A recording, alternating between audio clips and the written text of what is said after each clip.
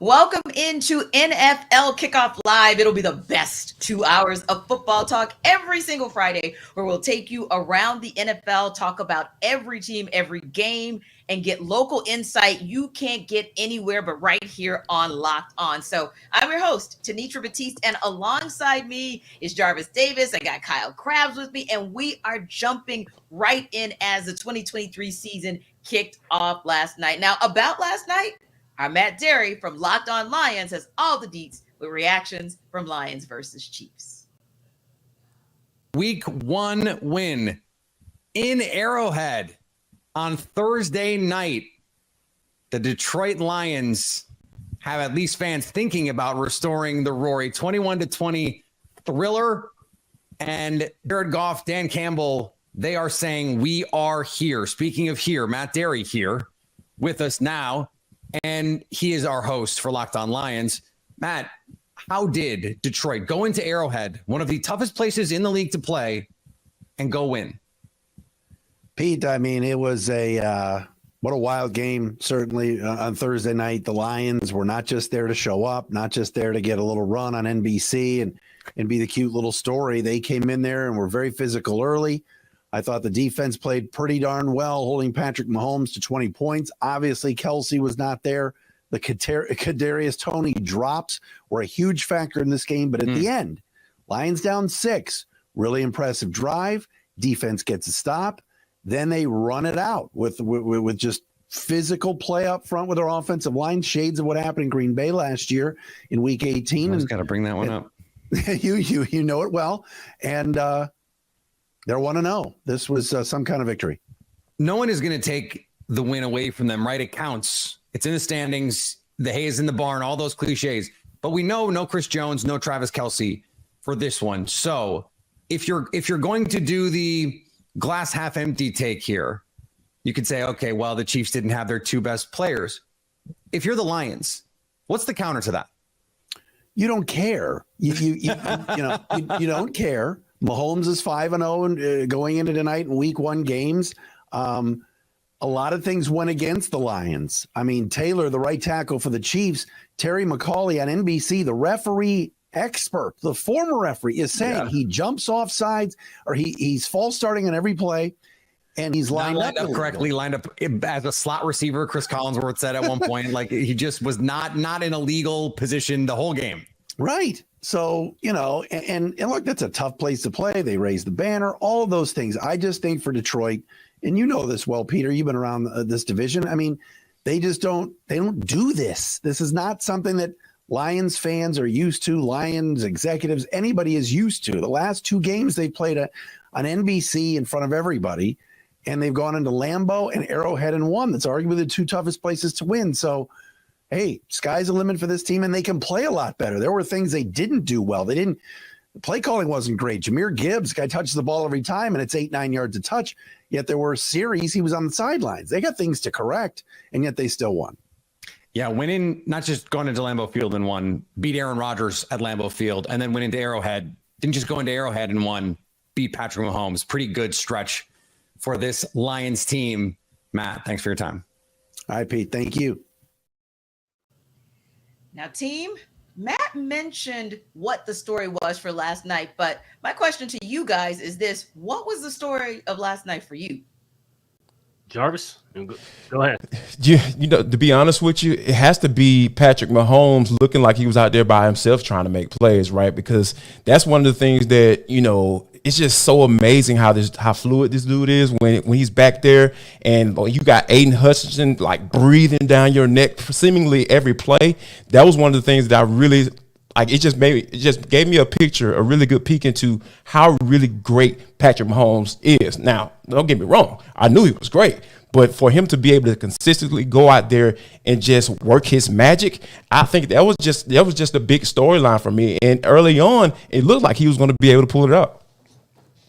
I'm glad you mentioned that, Jarvis, because the thing for me was when you found out that Kansas City wasn't going to have Travis Kelce, my mind kind of went to, okay, they've got one of the best offensive lines in football. Maybe they're going to lean on the run game a little bit more to kind of keep their offense on schedule. And Pat Mahomes ends up throwing the ball 39 times. He was asked to drop back even more than that. when it wasn't Patrick Mahomes' scrambles, Kansas City rushed 17 times for like 45 yards. So that's with Isaiah Pacheco, who had all the buzz from last year with the playoff run, Clyde Edwards-Helaire. They brought back Jerick McKinnon.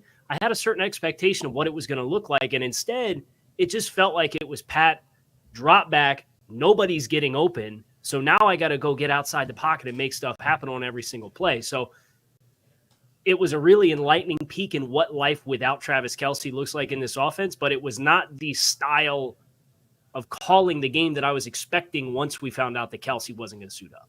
I'm with you, Kyle. I was just going to say that Isaiah Pacheco was in that game, but he was your leading receiver as opposed to actually having some type of impact on the ground. And let's not forget that not only was Travis Kelce absent, but Chris Jones' absence was definitely palpable in that game as well. Now, Kyle, one of the things I was thinking as well as we talk about this game and kind of looking at these two teams, what did you and JD, what did you guys learn more? Who'd you learn more about in that season opener? You learn more about the Lions or more about the Chiefs? Wow, I would have to probably go with, I feel like I learned more about the Lions because I was one of the guys like coming to the season, I really wasn't all that sold on it, you know what I mean? But when you look at what they were able to do in the NFL draft and get a guy like Jahmyr Gibbs, he just popped. When I'm talking about explosion, every time he got the rock, it was just like Matt Derry mentioned of Locked On Lions. He was just like 89 yards a pop every time he got the rock. And I'm like, okay, Ben Johnson, what are you doing? I need for you to get this man the ball. You draft him in the first round for a reason. You don't draft a guy in the first round to have David Montgomery getting all these touches. Like, so I think that, you know, for me, I really feel like I learned a lot more about the Lions. I'm more sold on the Lions. I'm not all the way sold. I'm more sold on the Lions because, you know, to even add to that, Jared Goff, when he had to throw the football down the field, because like going into halftime, I was just like, yeah, this offense, they need to be in more rhythm. It's more rhythmic offense, and it's not necessarily, hey, pushing the ball down the field. But when they had to towards the end of that game, you saw Jared Goff make those necessary throws to be able to do that. So, yeah, more so learning about the Lions than I did the Chiefs for sure. Well, and JD, Jared Goff didn't play in the preseason at all, and I think it showed in the first half. Right. Yeah, so kind of they had the one nice drive that was really ignited by the fake punt call inside their own 20-yard line, which is insanity. Props to them for calling it. I believe that was their seventh converted fake punt in the last two years plus this game. It's crazy. So, it's nice to see. I agree with JD. I learned more about Detroit because now there's expectation. The last couple of years has been a building team. We've heard about the messaging from Dan Campbell. Well, now you come out, you got expectations. You go to Arrowhead. You don't blink while they drop the banners, and you stick through what could have been a very dicey game script when it's 7-7. You have the turnover in the red zone. Kansas City goes down right before half and scores a touchdown, and they're getting the ball at half. You say, oh, here we go. This is how Kansas City gets teams every single week. Yep. They forced 2 short drives for Kansas City after coming out of halftime, and I think that was really impressive. So it was the buy-in from the team on the messaging and the identity of who Detroit wants to be, and seeing that they can live up to that, even without Chris Jones and Travis Kelce, I think was super impressive. And it kind of reinforced what JD was saying. I think this Detroit team has a lot to build off of here.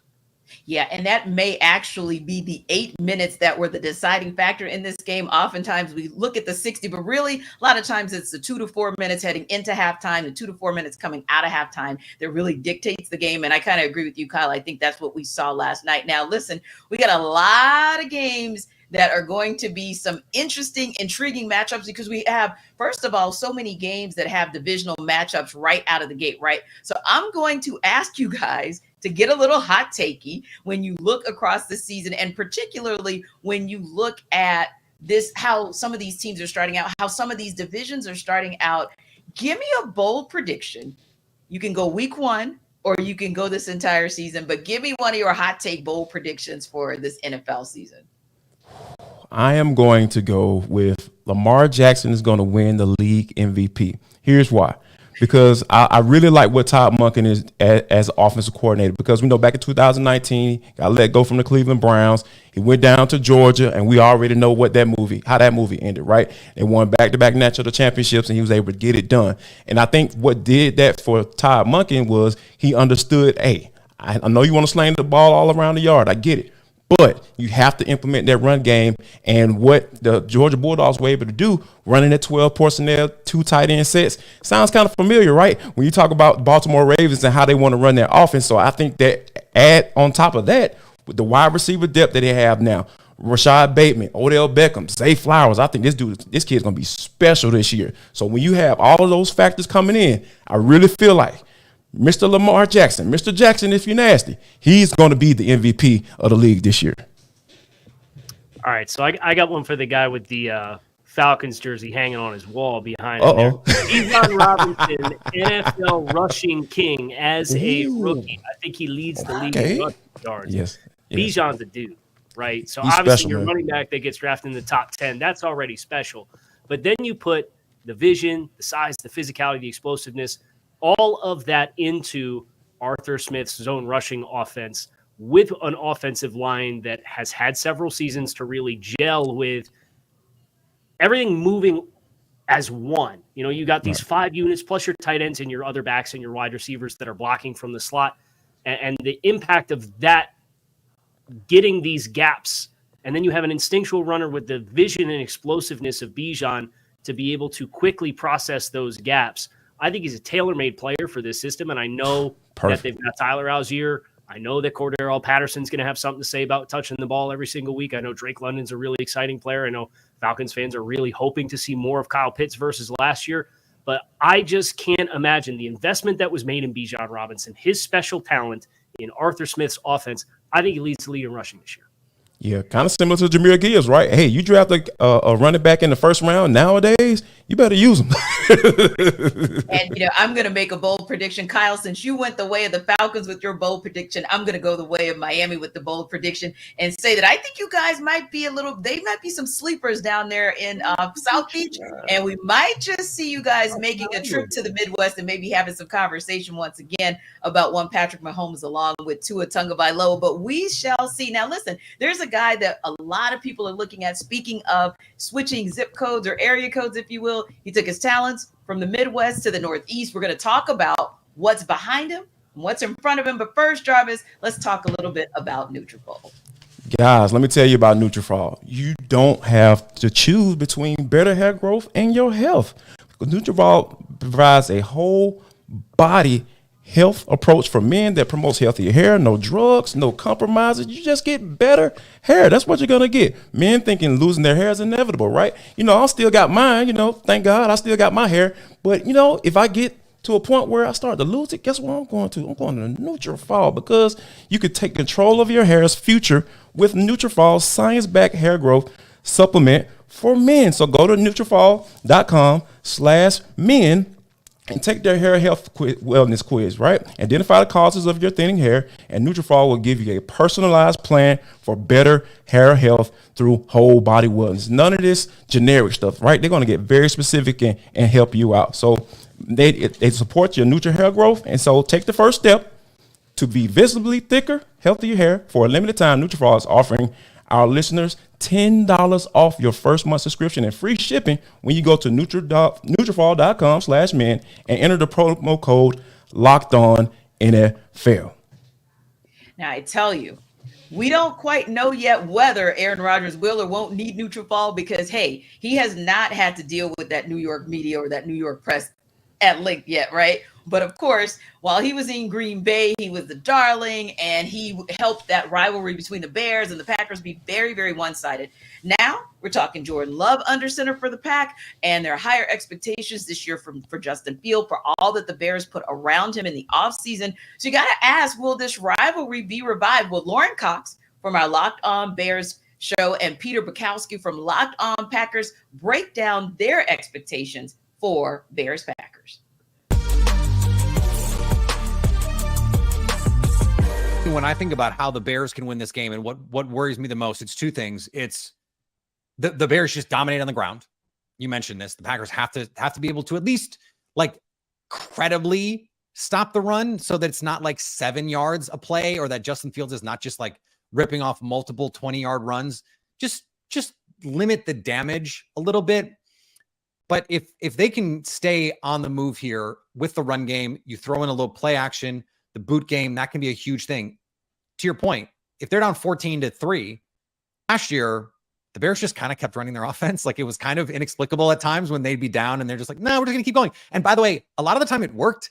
They just kept running the ball. And because they were such a good run team and because Justin Fields is so explosive, they'd run their way back into some of these games. But they have to force some turnovers. You mentioned the Packers limiting the turnovers. The flip side of that is the Bears have to be able to create some. I think efficiency in this offense, the Packers, Jordan Love, the goal for him is going to be to limit mistakes. And if he can do that, he's been really good, by the way, in training camp. There was like a handful of turnover-worthy plays all of camp. He had a couple in the Seahawks game that kind of make you, or the Patriots game, and kind of make you go, okay, well, trying to make a play.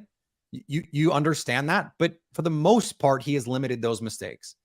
If the Bears punch the ball out on Aaron Jones, who's quietly had some fumble issues over the course of his career. You've got a rookie in Luke Musgrave, who's going to have to play a big role for this team. You've got a rookie in Tucker Kraft, who's going to have to play a big role in this team. If you don't have Christian Watson and Romeo Doubs, then it's Malik Heath, it's Dontavian Wicks, it's Jaden Reed, it's Samori Toure, guys that didn't even get drafted in 16-team fantasy leagues. Those are the kinds of guys that the Packers are going to be relying on. And those are the kinds of guys, it's not about just like winning routes and getting open and making catches. It's finishing plays. It's taking contact. It's taking hits. It's missed assignments. Oh, you run the wrong route and Jordan Love thinks you're going left. You go right and you throw it right to a Bears defender. And it's like those kinds of things can happen in these situations. I think the Bears have to create some turnovers and win on the ground game. I think the line reflects there's absolutely a path here for the Bears to win it. I think it requires the run game being dominant and the turnover luck kind of going the Bears' way a little bit here. So when you think about the final score, give me a prediction. Yeah, this one's tough because I think both teams do want to run the ball and be run heavy. So then how does that limit the potential scoring output? And yet last year, I think this could be one of those like 7 possessions each games.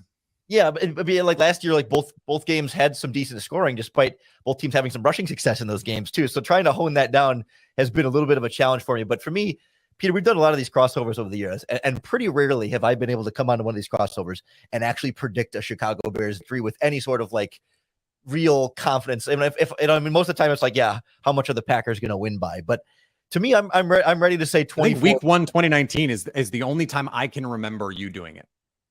Yeah, that sounds maybe the right. Second matchup in 2018. That sounds about right. Back when there was still that Matt Nagy hope and optimism of things going so well with that defense being great. But yeah, I think their Bears are in a decent spot here to really make some waves. That's part of why I wore black on the podcast today, since we're mourning the Packers' reign over the NFC North, the end of an era here. And so I'm going to go 24-20 Bears over Packers, but I think this one will be really, really tight and not a lot of wiggle room in either direction. And I will remind us that last season the Bears had a first quarter lead in both Bears-Packers games and a fourth quarter lead in one of the games. So these teams weren't that far apart. No, it's true. And Warren Sharp had a great stat about how the Bears inexplicably had like the best first drive offense in football, and then their offense the rest of the game was like 33rd practically. And so that's one of those weird things. Like if the Bears get out to an early lead, all of a sudden now the pressure's on Jordan Love. Like I could very much see that, especially if you don't have either or both of Romeo Doubs and Christian Watson. That becomes problematic. I think talent-wise, I think top to bottom, this Packers defense is just so much more talented than Chicago's defense. And I believe in the infrastructure with Matt LaFleur and the offensive line and the run game. So at the key positions, because the quarterback is kind of this wild variable, and both of our audiences know I think Justin Fields was and has been pretty bad. I think the bar for Jordan Love to be better than him is pretty low. And then at the other premium positions, this is a thing I care about a lot. I think the Packers have pretty clear advantages at offensive line, at pass rush, and at corner, and then at coaching. So I'm going to take the Packers low scoring. Like I'd take the under 43, I think like 2017, that kind of, I wanted to say 2014, but then I don't know. It seems like a field goal game to me. So 2017, the Packers get this week 1 win, and we're talking about it on Monday.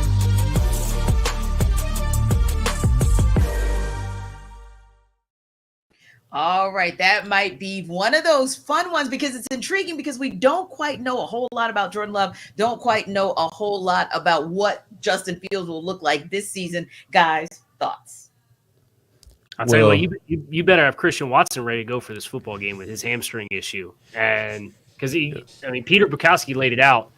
Green Bay's got all first and second year wide receivers. They've got 2 rookie tight ends at the top of the depth chart. They've got a lot of youth and inexperience for a quarterback who is stepping into his first season, and Jordan Love is the unquestioned starter for Green Bay. So Christian Watson got the most run last year. I know Romeo Doubs got run last year, but Christian Watson was really kind of the guy that you were banking on being the featured player in the passing game with his height, weight, speed, ability to get down the field and separate. So with Green Bay's ability to run the ball, I agree with a lot of what Peter said, but Christian Watson not being able to go, I think really changes the dynamics of their ability to test Chicago's defense in a 3-dimensional way. And I think that could potentially turn this game on its head if those other young guys aren't really ready to step up. I'm with you because here's the thing. You look at all that youth that they have on Green Bay's offense, but flip it over to the other side for the other offenses. You got Justin Fields, a guy who's basically has to prove that he that to this regime that he's the quarterback of the future. And when you even break it down even further than that, we look at Luke Getsy last year. They kind of figured out that, hey, Justin Fields is an athlete, so we can run the football with him.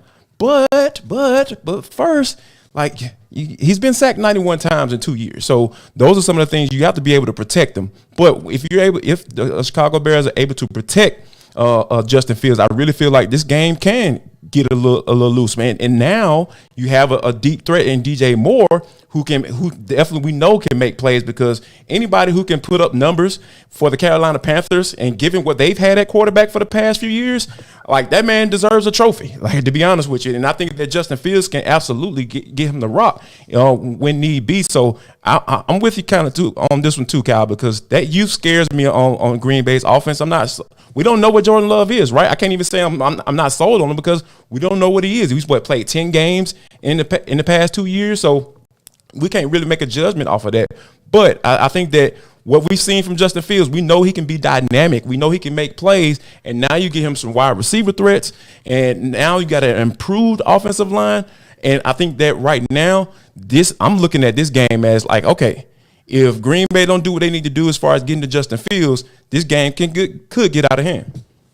And if I may piggyback off of that with what you said with Luke Getsy and how they were one of the most creative scheme offenses last year with what they turned into with unleashing what Justin Fields did well. Indeed. I don't know that you're necessarily going to have the offensive line performance, even amidst the investments, and Darnell Wright is a first-round pick making his first career start. You got Tevin Jenkins, who was probably your best offensive lineman last year, that's now on IR with a leg injury. Mm-hmm. You got guys like DJ Moore, who we saw in the first play of the preseason. It was a perimeter screen pass that he took to the house, right? So if you can take a lot of those quarterback schemed run dynamics that they used last year, and why they were so good in the run game is because so much of it was quarterback centric. You get an extra blocker and hat in the run game to be able to help pick up and really block to wherever you want to try to attack. And you can option off of that. So you block one less guy too. So it really changes the math when you play Chicago in the run game. If you can now start to get, even if it's just quick game, perimeter screens, really build out that element, because Justin's always going to be one of those guys like Russell Wilson was, like Deshaun Watson has been. They like to, at times, invite pressure to try to make big plays happen and make things happen down the field. Indeed. So when you're playing a team like Green Bay, who I do think has a significant advantage with what their pass rush brings to the table, being able to schematically do some things to mitigate those opportunities for them to tee off, or for Justin to try to make stuff happen outside of structure, I think could really just be a simple extra layer that really makes them even that much more challenging to defend. Now, as I listen to you guys talking about some of the youth on both the Packers team as well as on the Bears roster, it actually got me to thinking about a couple things. And we're talking a whole heck of a lot about, and decidedly and understandably so, because Jordan loves the ticket Justin Fields is the ticket. But how about those defenses? And particularly when you look at players like, and we know him so well, Kyle, having covered Devondre Campbell during his days here with the Falcons. Now, of course, having a pretty solid career there with the Packers as well. What do you see as being impactful, or who could be that impact player for either one of those teams, or both from a defensive perspective, in what could be a close game and could make that one play to make the difference? Yeah, I'm sure Green Bay would love to have Eric Stokes as yet another body in the secondary, but he's on IR. We're familiar with him too, Kyle. No dogs. I would point to Rashawn Gary on the edge, who missed time last year with an injury. I think his athleticism on the edge coming back. You think about the other guys that they have, whether it's Kingsley Enagbare or Preston Smith or Lucas Van Ness, who's a first-round pick, but I think is a little bit more of a stiff player. Gary's the dynamic guy. So if you're going to be able to mirror Fields on the edge with somebody to help contain the quarterback run game and some of the option work that they do, I think some of that falls on Rashawn Gary to really be a difference maker in this football game. Yeah, to add to another name out there, Jair Alexander, I really feel like, when you're talking about maybe a young quarterback and Justin Fields still trying to find his way, there may be an opportunity for him to want to maybe get the ball downfield and take some chances. And Jair Alexander is another guy that can make those plays, and he can force those turnovers like Peter was talking about. So I think that, if that Green Bay secondary, like you mentioned with Eric Stokes and Jair Alexander, if those guys get the cooking and forcing Justin Fields into some bad throws just from a breaking on the ball standpoint, I really feel like it's going to be something that's very interesting. But like I said, overall, I really feel like Fields I think he's bound to make a statement. He's going to prove that he's probably the better quarterback on that field once they take the field. And it's interesting because I'm thinking, of course, about our executive producer. And, anytime we have a mention of like the dogs, that's always kind of fodder for us. So I was thinking, well, Quay Walker might have something to say about how this game is dictated as well with that linebacker core, because he had a pretty good rookie season himself. And so really would be interested to see what he's able to do as well for that Packers defense. Now, I'm going to ask you guys as well, because, of course, our Locked On commentators talked about this too. Where are you guys going as far as pick for this game? Who do you see, especially if it's a close game like they talked about, who do you see pulling away with the W in week one? For me, Christian Watson's availability, and he did not practice on Thursday. I think that's a swing for me that could take this game one way or the other. If we're going to operate in the assumption that Watson does not play, I think Chicago at home can limit the big play ability against Green Bay, and then it becomes kind of a battle of your ability to run the ball. And I know Chicago's defensive front is a little undermanned. They've made some reinforcements. They brought in this linebacker in Tremaine Edmonds to help try to defend. I know that's not necessarily a strength, but I would trust Chicago at home if it came down to who has the ability to run the ball better, just because they have that math-changing component with the quarterback. Well, I know if you have fantasy focus, if you are focused on fantasy rather, then you're going to be paying a lot of attention if you indeed were one who drafted one Christian Watson. So we'll be paying close attention to that. But each week we'll also be paying close attention and bringing you the latest and best fantasy advice from our Locked On Fantasy Football experts. And this week, Michelle Majuk has a look at the sleepers for week one.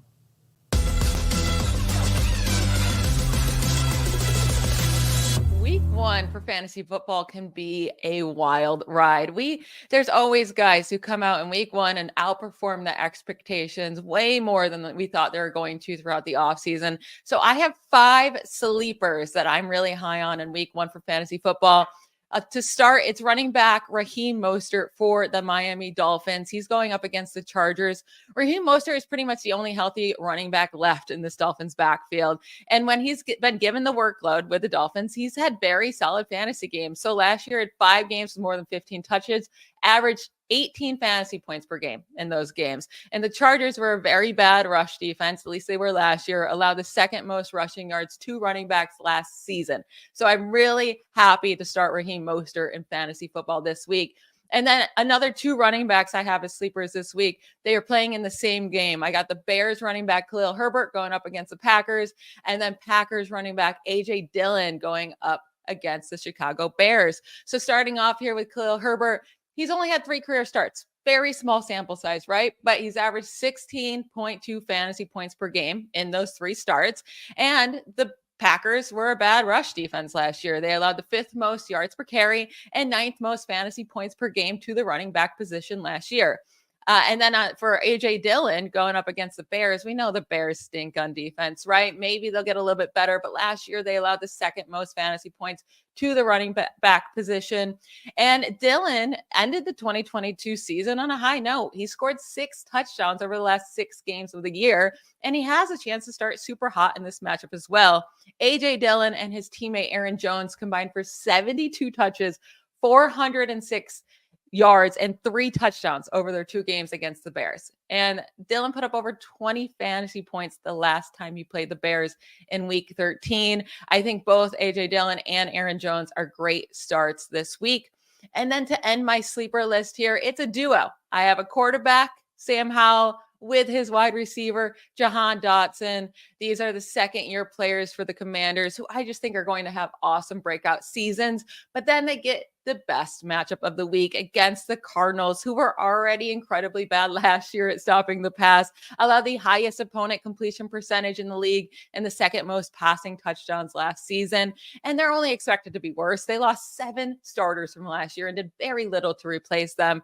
So I just think Jahan Dotson and Sam Howell are going to come out, show that strong connection they've been showing all summer long, and have a great game. And we saw Jahan Dotson at the end of his rookie year just end his season on a really strong note. He led the Commanders in targets and receptions and receiving yards over the final 4 games of the season. I'm super excited to see what this duo can do this year.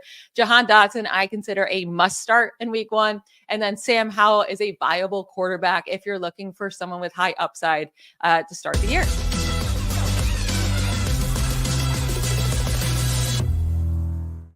That's our Michelle Majuk from All Fantasy Focus, bringing you all the deets for fantasy football. Now, it's really petty in the Mile High City, so they say. We'll talk about that in a minute. But first, Jarvis, let's tell our Locked On fam about Prize Picks. People, Prize Pick is the most fun I've had, winning up to 25 times my money this football season. You just select 2 or more players, pick more or less on the projected stacks, and place your entry. You know who I'm betting over on for the rest of the season? Bijan Robinson. Why don't you go win some money as well? How about that for some advice? All right, so I'm going to be testing my skills on Prize Picks this football season because it is the most exciting way to play daily fantasy sports. If you have the skills, you can turn $10 into $250 with just a few taps. This app is super safe. You don't got to worry about anybody getting all your information or anything. Because guess what? You can use a Prize Pick now offers Apple Pay. I know all you young folks out there using Apple Pay, and you can get quick and easy deposit into your account this football season. So what I want you to do is make sure you head to Prize Picks because they offering weekly promotions that can lead to big payouts like Taco Tuesday. It's going up, baby, each Tuesday. Prize Picks discounts, select player projections up to 25% to provide even more value. That's how you can turn 10 into 250. Hey man, do the math. It makes too much sense, right? So you're trying to figure out, okay, all right, Jarvis, I'm sold. I want to go to Prize Picks. Here's what you need to do. Go to prizepicks.com/LockedOnNFL and use code LockedOnNFL for a first deposit match up to almost gave you too much, up to $100. And that's prizepicks.com/LockedOnNFL. Prize Picks, daily fantasy sports made easy. Easy enough. It sounds like it's easy as pie. And, it'll be interesting to see whether it's an easy relationship we're looking at over in Mile High or whether or not it's as tense as people say it is. Well, you know who's going to tell us about it? Our guy, Cody Rourke, joining us now for Locked On Broncos. The host, Cody Rourke, we are going to talk to him about it. I am so excited to just talk to him about what's going on in this program. Let's welcome him in.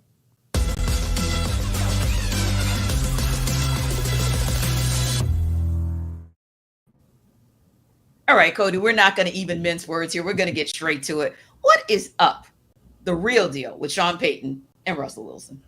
Really nothing bad at all. I think the quote that's going around this week, it's being microanalyzed, in every way that you can think about it. But I could tell you this, being here since OTAs, watching these two guys work together inside the building, they've got a great relationship. And look, I think this is one thing as well, because we've even talked with Sean Payton Russ has even talked to us about it, that he's wanted to be coached hard by Sean Payton. He was texting him, right after Nathaniel Hackett saying, hey, come to Denver, come to Denver, come to Denver. Russ wants to turn things around, and obviously he believes that Sean Payton is the right guy that can do it. And these guys, they have a great relationship with one another. It's very collaborative. You see it every single day out here. So I always try to tell the people that, they're looking at, you see the national media talking heads saying, oh, is there trouble in Denver? No, there's not. Things are really good right now. And hey, if Denver could get a win on Sunday, things are going to be even better. Indeed. And it's so interesting. I'm sure, Cody, with you being right there at Broncos facility, and like you said, being there through the offseason and through training camp, you've really had an eye on what that relationship has evolved into or developed into. So what have you seen that you think is going to be maybe most impactful so far in what we can potentially see have an impact on week one? Well, I think a lot of it is the Broncos' identity on offense is going to be designed to run the football. You got Javonte Williams coming back and has looked good after tearing his ACL last year. You bring in Samaje Perine from the Bengals in the offseason, and you have an undrafted rookie free agent in Jaleel McLaughlin, who was the NCAA's all-time leading rusher. I mean, you have some dynamic backs there, but also Denver has 4 tight ends. They've got Adam Troutman, who's played for Sean Payton before in New Orleans, Greg Dulcich, who a lot of people have big expectations for. He's not just an inline guy. He can be flexed out into the slot. He can be an outside receiver for you as well. So it's really going to be, hey, can you run the football effectively well enough, especially with the newly revamped offensive line? Ben Powers coming over from the Baltimore Ravens. He's their left guard there. Mike McGlinchey coming over from San Francisco as their right tackle. And then you have Quinn Miners and Lloyd Cushenberry as center and right guard there, with Bowles returning at the left tackle spot here. So it's going to be, hey, let's run the football, and then let's open things up. Let's get Russell Wilson going. And we saw a little bit of it in the preseason. We even saw some design QB runs there for Russ, who's leaner, more athletic, and he looks very fast in a way that we used to see him run in Seattle. And hopefully the running is by design and not necessarily by default of protection breaking down for him. Yeah, because you hate to see Russell Wilson running for his life as opposed to running for a first down. And I love what you said, Cody, about the fact that maybe the most interesting or maybe the most impactful thing we're going to see in week one in that Russell Wilson-Sean Payton relationship is the possibilities and probabilities of how that run game is going to actually support and complement for what Russell Wilson is able to do. That's the key there too. And look, I think for Denver, that was something they did not have last year. The offensive line was inconsistent. They were dealing with so many offensive line injuries. You lose Javonte week 4, and Melvin Gordon was on the team last year, and he just struggled with protecting the football and kept coughing it up. And so they never really had an identity. They never had the ability to run the ball effectively well last year. So, hey, Russ was dropping back and throwing the ball more than we've seen him throw in recent memory. So, yeah, the design is, hey, you've got a healthy combination of running backs that can get involved in this scheme here that Payton has. But we are going to see some things that Russell Wilson did in Seattle. That's one thing that Sean Payton talked about. It's not about fixing Russell Wilson. It's about finding him. It's about being able to do the things, as Sean Payton always tells us, playing his best hits. So we'll see if that's the case here. Cody, wanted to ask you about the 2 big investments on the offensive line that you mentioned with both Ben Powers and Garrett Bowles. And how have those guys looked? Because I know from a market perspective, when those guys hit free agency and they got the deals that they did, McGlinchey, his reputation at the end of San Francisco kind of tailed off a little bit. And then Ben Powers, obviously, at a guard position, getting an average of over $13 million. Really significant financial investments. How have they looked thus far in the preseason and training camp as far as living up to kind of the heavy billing that they have to come in here and be meaningful players? I think they're upgrades for whatever Denver had last year. I mean, last year they had Billy Turner at right tackle. He was a turnstile there. And then at left guard, they had Dalton Reisner, who just was very inconsistent up and down. Ben Powers, I think he had a couple of moments in that first preseason game against the Arizona Cardinals where he struggled a little bit, but then we saw him the next week against the 49ers play a little bit better there. And I think that's going to take some time to gel there. Obviously, new offensive line coach Zach Strief coming over from the New Orleans Saints after being an assistant coach there last year. And then obviously with Mike McGlinchey, right before one of the crucial points, he had suffered a knee sprain there, and he was out for 13 days, was able to come back right before joint training camp practices against the LA Rams. And he looked pretty good in that regard there. They got a lot of high quality reps. He was burying dudes in the run game. And look, I think with the big test coming up this week against the Raiders, obviously Max Crosby, we know Chandler Jones is not going to play in this game, but Max Crosby has 11.5 sacks against Denver in the last 7 games that they've played. He's been a boogeyman for them on the defensive side of the ball. So it's not necessarily putting him in a one-on-one situation. It's, hey, let's add tight end Chris Manhurst, 6'5" frame, athletic body type, let's bring some extra help there just to protect and mitigate him from being able to ruin what you have on the game plan there. I think that the offensive line will be much more improved, Kyle, than what we have seen in the past couple of years here. Cody, one of the things I want to kind of go over to the defensive side of the football, because we know how hot Ejiro Evero was as far as from a head coaching candidate. How are they going to deal with the loss of him? Well, for Ejiro Evero, like I said, he was very loved by the players last year here in Denver. And obviously, he just wanted a new start to go elsewhere. Things didn't go necessarily well with his good friend Nathaniel Hackett here in Denver. So he went over to Carolina. I think he's going to be a great addition for them. But really, Vance Joseph coming over, they've preserved the scheme that Ejiro Evero took and ran with, because really, Ejiro Evero was a first-year DC last year. He just took Vic Fangio's scheme and what the players are doing well, and he brought that forth and said, hey, let's keep it the same here. It's been good. Let's not change it up. Vance Joseph has done the same thing. It's the same exact defensive scheme as last year. A few new wrinkles here and there, but I think we're going to see a lot of the same here for Denver, to be honest with you, on the defensive side of the ball. And Cody, to wrap us up, Broncos, Raiders, Sunday afternoon game to start off week 1 of the season. Give us a prediction. Well, this is very interesting week 1. You want to see everything culminate towards, what you've been doing in training camp in the preseason. I think Denver's had a very disciplined. I think they've had a very hard and grueling training camp, which a lot of players have told me they needed that after what they went through last year. And I just think there's too much momentum right now. When we look at where Denver's at historically, I think they're the one franchise right now, I think since 1970, that has the most wins on week 1. I think they're at the top of the list there. It's going to be a jam-packed crowd. And look, they haven't beaten the Raiders in 6 straight games, but I think that there's going to be a little bit of a different vibe here with Sean Payton. I'm going to take Denver over Vegas in this game here. I think it's going to be a close-knit game down to the fourth quarter. And look, obviously Patrick Surtain versus Devontae Adams, that right there, that is must-see TV. Indeed. Well, listen, we appreciate you stopping by. I know I'll be watching Sunday. I'm sure these guys will be watching Sunday. And like you said, Sean Payton always has his guys ready. Appreciate your time. That's Cody Rourke, our host with Locked On Broncos.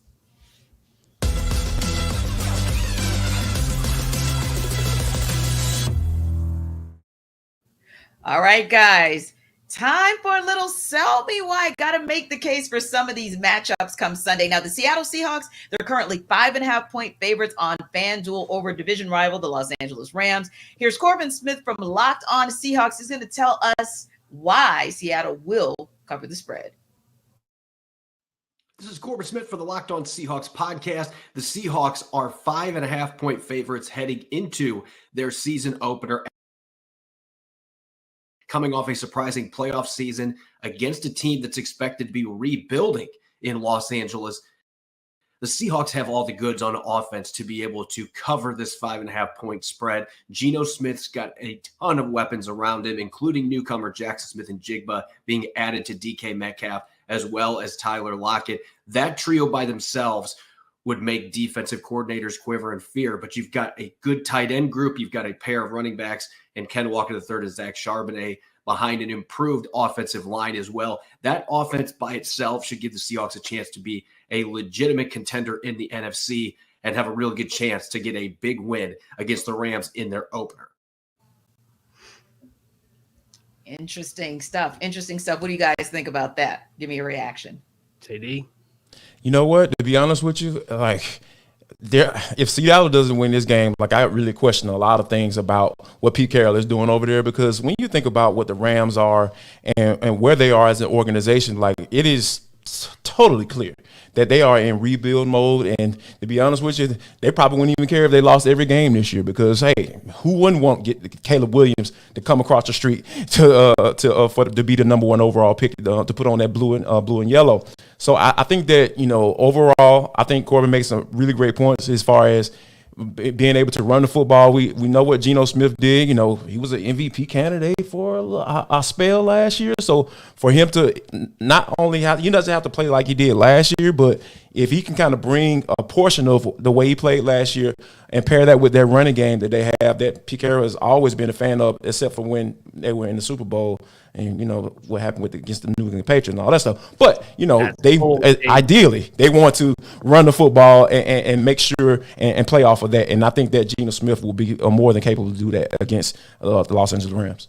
It sounds like they're expecting Jackson Smith-Njigba to play too, which is a really nice boost after the wrist surgery that he had. Rams, I just don't think they have enough on defense. You know, Sean McVay, that system, and now you don't have Cooper Kupp too. I mean, you just look beyond Aaron Donald on defense, and it's a bunch of late round draft picks, UDFAs. Some of them have shown some talent, but I really struggle with seeing the Rams, especially early with all of this youth, having enough stopping power to keep this within the 5.5.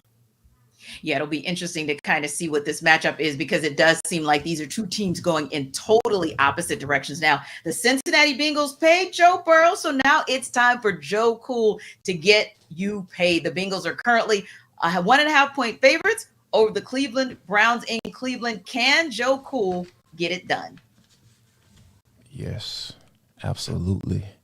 Joe is such an amazing quarterback. He's the guy. He's that guy, right? That's why I'm so glad that the Cincinnati Bengals, cheap behind, they went on ahead and paid him and got the money that he absolutely deserves, because when we know that if Joe's not out there, this offense doesn't go. And I think that Zach Taylor has done a really good job as far as proving some doubters wrong, you know, and for him to be able to get this team where they are right now. They're in the conversations for going to the AFC Championship to face Kansas City, because that's what Kansas City does. They go to the AFC Championship every year. That's kind of how it rolls. So I think this year and what Joe Cool is going to be able to do, now that he's got his money, you know, he doesn't have any worries. I think this game is going to be more, definitely it's going to be what Joe Burrow, what we expect him to be, because that wide receiver group that they have at T. Higgins and Jamar Chase, that is just unfair. So, yeah, I think they're going to unleash those guys for sure.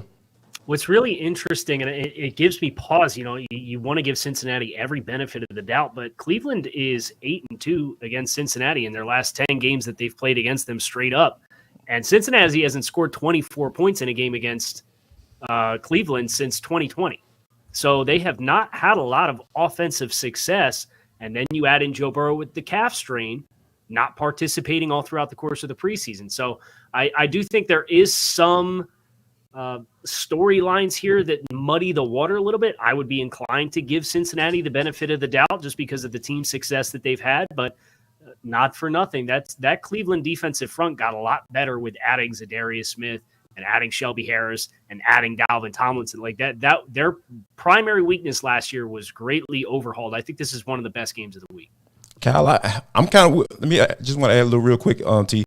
Kyle, I feel the same way about Deshaun Watson, right? Because he looked awful last year when he coming back into the league, you know, for being out for almost a little bit more over 2 years, you know, dealing with the whole, you know, off the field stuff. So I think that I have pause when in Deshaun Watson and what his capabilities are, and you know, it's going to be very interesting to see how he plays this year, because that is a lot of, you talking about a fully guaranteed contract. We haven't seen that yet, and we know that NFL teams are saying no, we're not doing that. So Deshaun Watson is definitely an aberration. So I think right now, you know, given how Deshaun Watson has played, I'm really intrigued to see how he plays this year, because there's a lot on the line for sure, personally and for this team as well. Well, it's fly, Eagles fly, because there's a whole lot of intrigue in Philly as they open the year as a 3.5-point favorite on FanDuel over the New England Patriots. And Louis DiBiase of Locked On Eagles is here to sell us why the Eagles will cover. The Philadelphia Eagles will cover a 4.5-point spread this Sunday against the New England Patriots in their 2023 season opener. Quite frankly, simply put, because they have all the advantages on the field. I'm Louis DiBiase, host of the Locked On Eagles podcast. The New England Patriots, they're a very well-coached football team, maybe by the greatest head coach in NFL history in Bill Belichick, one of the greatest defensive minds of all time. Going to give Jalen Hurts and this high-octane, talented offense a run for their money. But when it comes to anything outside of scheme and coaching, when it comes to the on-field personnel, talent on offense and defense, the Eagles have every advantage over New England, even on the road in a season opener when a lot of the times week one can be weird in the NFL. When it comes to the personnel, there really is not a mismatch in favor of New England. Where they have star power, it's on the defensive line. Matthew Judon and Joshua Uche, who had a breakout 2022 season. But who do they got to go up against?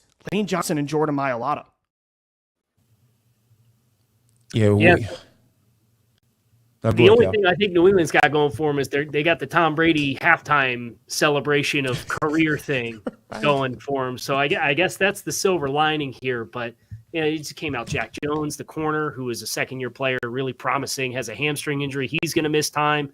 Devontae Parker's been questionable with his availability in practice this week.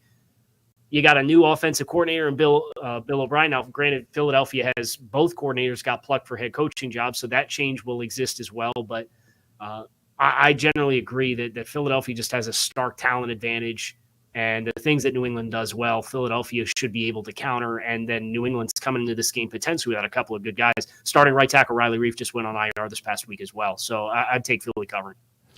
Yes, I want to see Jalen Carter play. I want to see the best player. Talented player, the most talented player in this NFL draft in 2023. I want to see him get on the field because, that's kind of where I roll. I'm a former defensive lineman, Kyle, so that's kind of where I roll.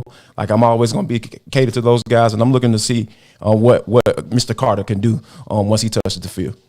Now, last but not least, the AFC South kicks off with the Jacksonville Jaguars traveling up to Indy to take on the Colts. Jags are currently a 4.5-point favorite on FanDuel in that game. Here's Tony Wiggins of Locked On Jaguars to sell us on why you should take the Jags to cover the spread. I'm Tony Wiggins with Locked On Jaguars. I think the Jaguars will beat the Colts by more than the 4.5-point spread. And the reason why is they lost that game in Indy last year. And for a team that had to battle its way into the playoff with a Week 17 victory over the Tennessee Titans, I don't think the Jaguars want to be in that position again. They lost 2 games last year. They very much should have won with the team that finished dead last and picked first, and then also to the Indianapolis Colts, who picked fourth. You can't be a playoff team losing to teams picking in the top 4. You definitely can't do it by losing both of those games. Therefore, I think Doug Peterson's strategy to throw, to score, and run to win will take full effect this Sunday, and I believe the Jaguars will win by at least 2 touchdowns. They have to make a statement and send notice to the rest of the league, especially those teams in the AFC South, that they are the real deal. I'm the real deal, too, and you can catch me every day on Locked On Jaguars, where it's your team every day. Big talk there, guys. Yeah, big talk. Yeah. Oh, man. He didn't even remember. Yeah, that's going to be interesting because I really feel like Trevor Lawrence is an interesting piece this year, right? Because we understood, the whole issue with Urban Meyer and that situation and no real coaching for real going on, and then we bring in a former Super Bowl head coach and Doug Peterson in, and he brought him in last. We started to see the growth with Trevor Lawrence, and now it's time for Trevor Lawrence to take that next step to be mentioned in as a legitimate, top 5 or top 10 quarterback in the NFL. So I think that I think they're going to take the necessary steps this year because they have the weapons. He has the weapons, and watch out for Calvin Ridley, y'all. I'm telling y'all, this man is on a mission. Calvin Ridley is going to do some special things in Jacksonville this year because that kid got something to prove, and I really feel like Doug Peterson is going to make sure that rock is going into his hands on a consistent basis. I'm glad you mentioned Calvin Ridley because this game boils down to, yes, Cam Robinson's suspended for the first 6 games of the season, and Indy's got good trench players on the interior with DeForest Buckner and Grover Stewart. But the corners for Indy, Juju Brents, rookie, Dallas Flowers, Jalen Jones, rookie, Darrell Baker. There's not a lot of talent. Isaiah Rodgers was their most gifted corner, and he was suspended for the year for a violation of the gambling policy and was cut. Philadelphia added him to their roster just the other week. So I don't think they've got the bodies in the secondary to hang if Jacksonville chooses to sling the ball around with Trevor Lawrence and Doug Peterson. Now, listen, guys, the race isn't always about the top team. Sometimes it's about the runner-up, who you low-key may need to pay attention to. So we'll talk about those bridesmaids in a minute. But first, let's talk Nutrafol. Yes, Nutrafol. Where have y'all been?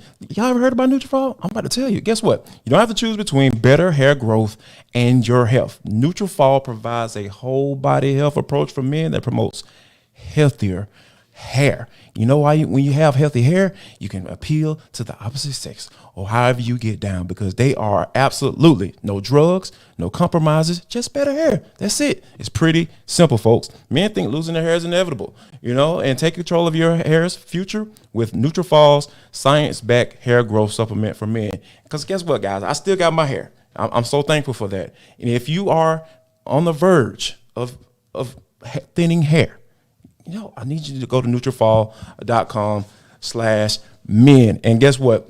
You can go when you go there. You can take the health wellness quiz, identify causes of your thinning hair, and Nutrafol will give you a personalized plan for better health through whole body wellness. So here's what I want you to do, guys. I know you're sold at this point because guess what? Like, I'm not gonna be up here lying and stuff about products. Nutrafol is where you need to go. Take the first step by visibly thicker, healthier hair. For a limited time, Nutrafol is offering our listeners $10 off your first month subscription and free shipping when you go to Nutrafol.com/men and enter the promo code LockedOnNFL. That's Nutrafol.com/men and enter the promo code LockedOnNFL. You gotta love it. There are some things that just send all of us. So I see you, Kyle. Man. It's looking good over there, my brother. You gotta absolutely love it. And you gotta love us, guys. We love you for coming back for hour number 2 of NFL Kickoff Live, where you'll get the best football talk every single Friday. We'll take you around the league. We're going to talk about every single team, every single game, and we're going to get you breaking news right here at Locked On, just like we found out moments ago that Christian Watson has officially been ruled out for that Packers game against the Bears. Just like Kyle, you mentioned earlier that could indeed be a huge factor in that game. So again, Christian Watson officially ruled out. I'm your host, Tanitra Batiste, and alongside me is our analyst / comedian, Jarvis Davis, and alongside us is the prognosticator, Kyle Krabs. We welcome you guys back into the show to give you all the NFL tea. Now, during Locked On NFL's preview series, our NFC East hosts, they got a little heated over who the second best team, otherwise known as the bridesmaid, is in that division. So are the Cowboys being disrespected? Well, Sunday Night Football should be a great way to kick off the season between the Giants and Cowboys and answer some of our questions. But Marcus Mosher from Locked On Cowboys and Patricia Traina of Locked On Giants, they're going to break it all down.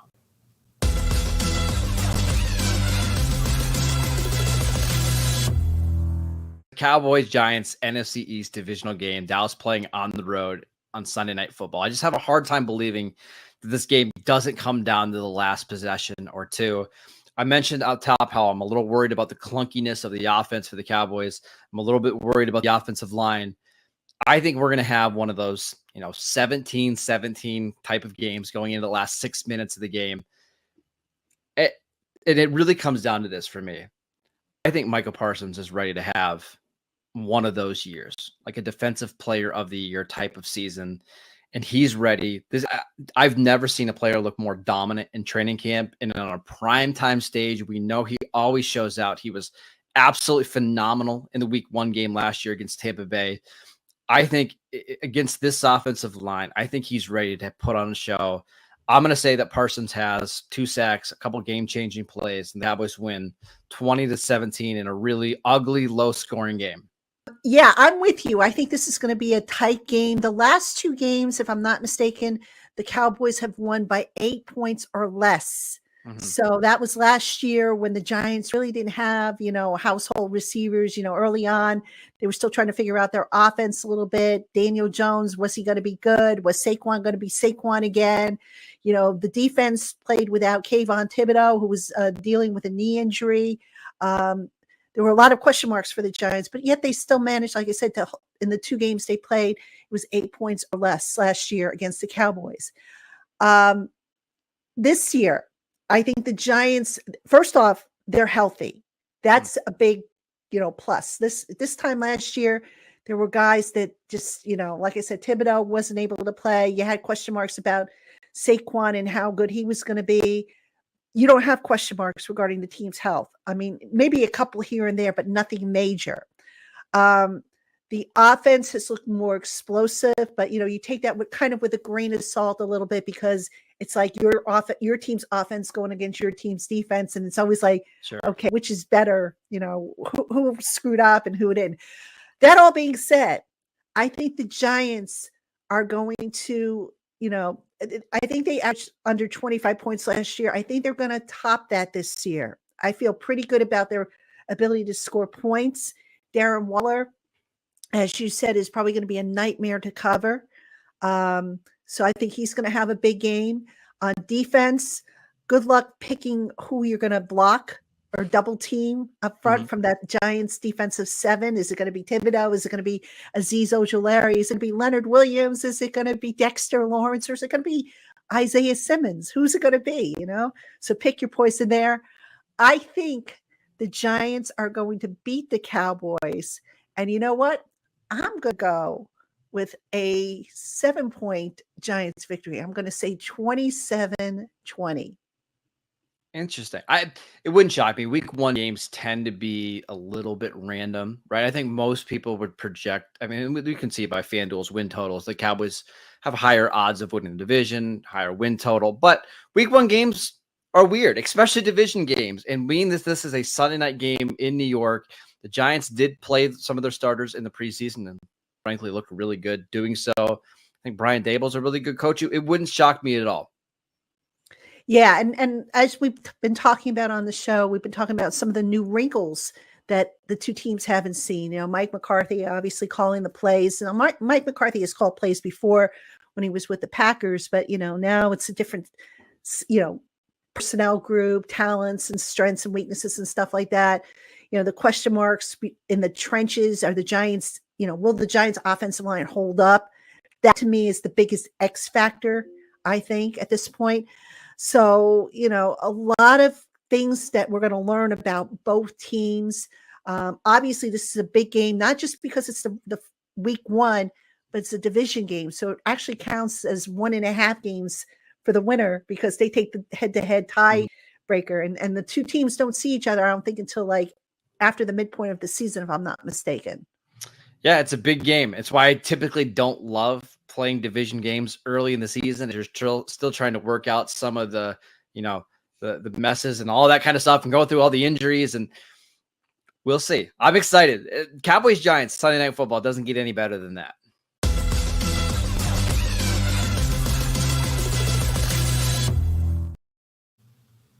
Well, that's interesting because it depends on who you talk to as to whether or not it doesn't get any better than that for Sunday Night Football. But here's what I thought, guys. Our Locked On boss might take issue with what Marcus had to say about Dallas getting it done. Do you guys feel like there was a little disrespect for the Giants?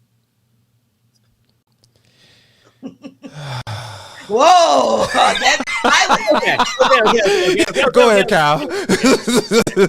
Save us, Kyle. Dallas is really good, and I think the Giants coming into this year, with year 1 being a year in which, if we're honest, they kind of overachieved versus the talent that was on the roster, and I think they did a good job infusing new talent into what they had and have a chance to really build off that. And I love that they brought back Daniel Jones with the momentum that he had with Brian Daboll and Saquon Barkley coming back and getting Darren Waller. I just think that Dan Quinn defense that the Dallas Cowboys have, they got the ability to really fly around, create chaos. I've still got questions with the Giants offensive line. As far as now rookie John Michael Schmidt starting at center. Evan Neal was the top 10 pick last year at right tackle, who was abysmally bad last year. So, what does that look like? And until I see that component significantly improved and it gel, I would be inclined to lean into a team that has Micah Parsons rushing the passer on the other side. So that's just where I'm at with it. But I do think the Giants did a really nice job this offseason of getting more talent on the roster to build upon what they did last year. Yeah, I'm with you. I can't go Giants, because for the reasons that you mentioned, because very familiar with Dan Quinn in his era down at as the head coach for the Atlanta Falcons. When a lot of people act like they forgot that the man knows how to coach defense. So when he took over as the defensive coordinator for the Cowboys, I heard skeptics. I was like, what are y'all doing? Dallas actually has talent, and when he is given talent to work with on the defensive side of the football, I really feel like he can do some work. And that's exactly what he's been doing since he stepped into the Dallas to be defensive coordinator for the Cowboys. So it's funny that, we're talking about them going up against the Giants, because immediately when I heard Michael Parsons' name, or when I think about Michael Parsons, he's game changer, right? That's the first thing that comes to my mind. And then the next thing, I was like, oh, they're playing against the Giants. What guy used to be a game changer for the New York Giants back in the day? Lawrence Taylor.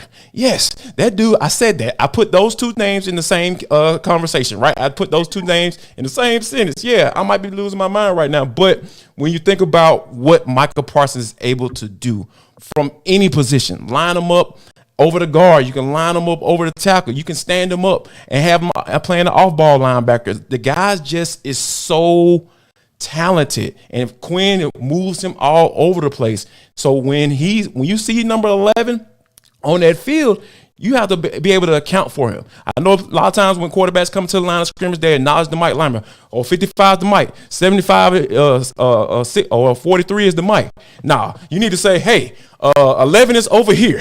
11 is right here. He's lined up at corner. He's lined up at off-ball linebacker. He's sitting at safety right now. So you need to be able to know where he is. And Lawrence Taylor was the exact same way. Everybody better know where 56 is before that ball snaps. So for those reasons, I really feel like the Cowboys are going to win this game, and it might be more easier than we thought it would be. Well, that should make it interesting. But honestly, guys, real talk, does it even matter who wins week one? Because that division is already spoken for. But hey, let's talk about some of the other divisions in and around the NFL. A healthy Joe Burrow, an uncertain NFC North, not an uncertain NFC East, however. Expectations for Lamar Jackson week one just holds a ton of weight for so many teams. So we go game to game as our Locked On NFL hosts break down the keys for their teams.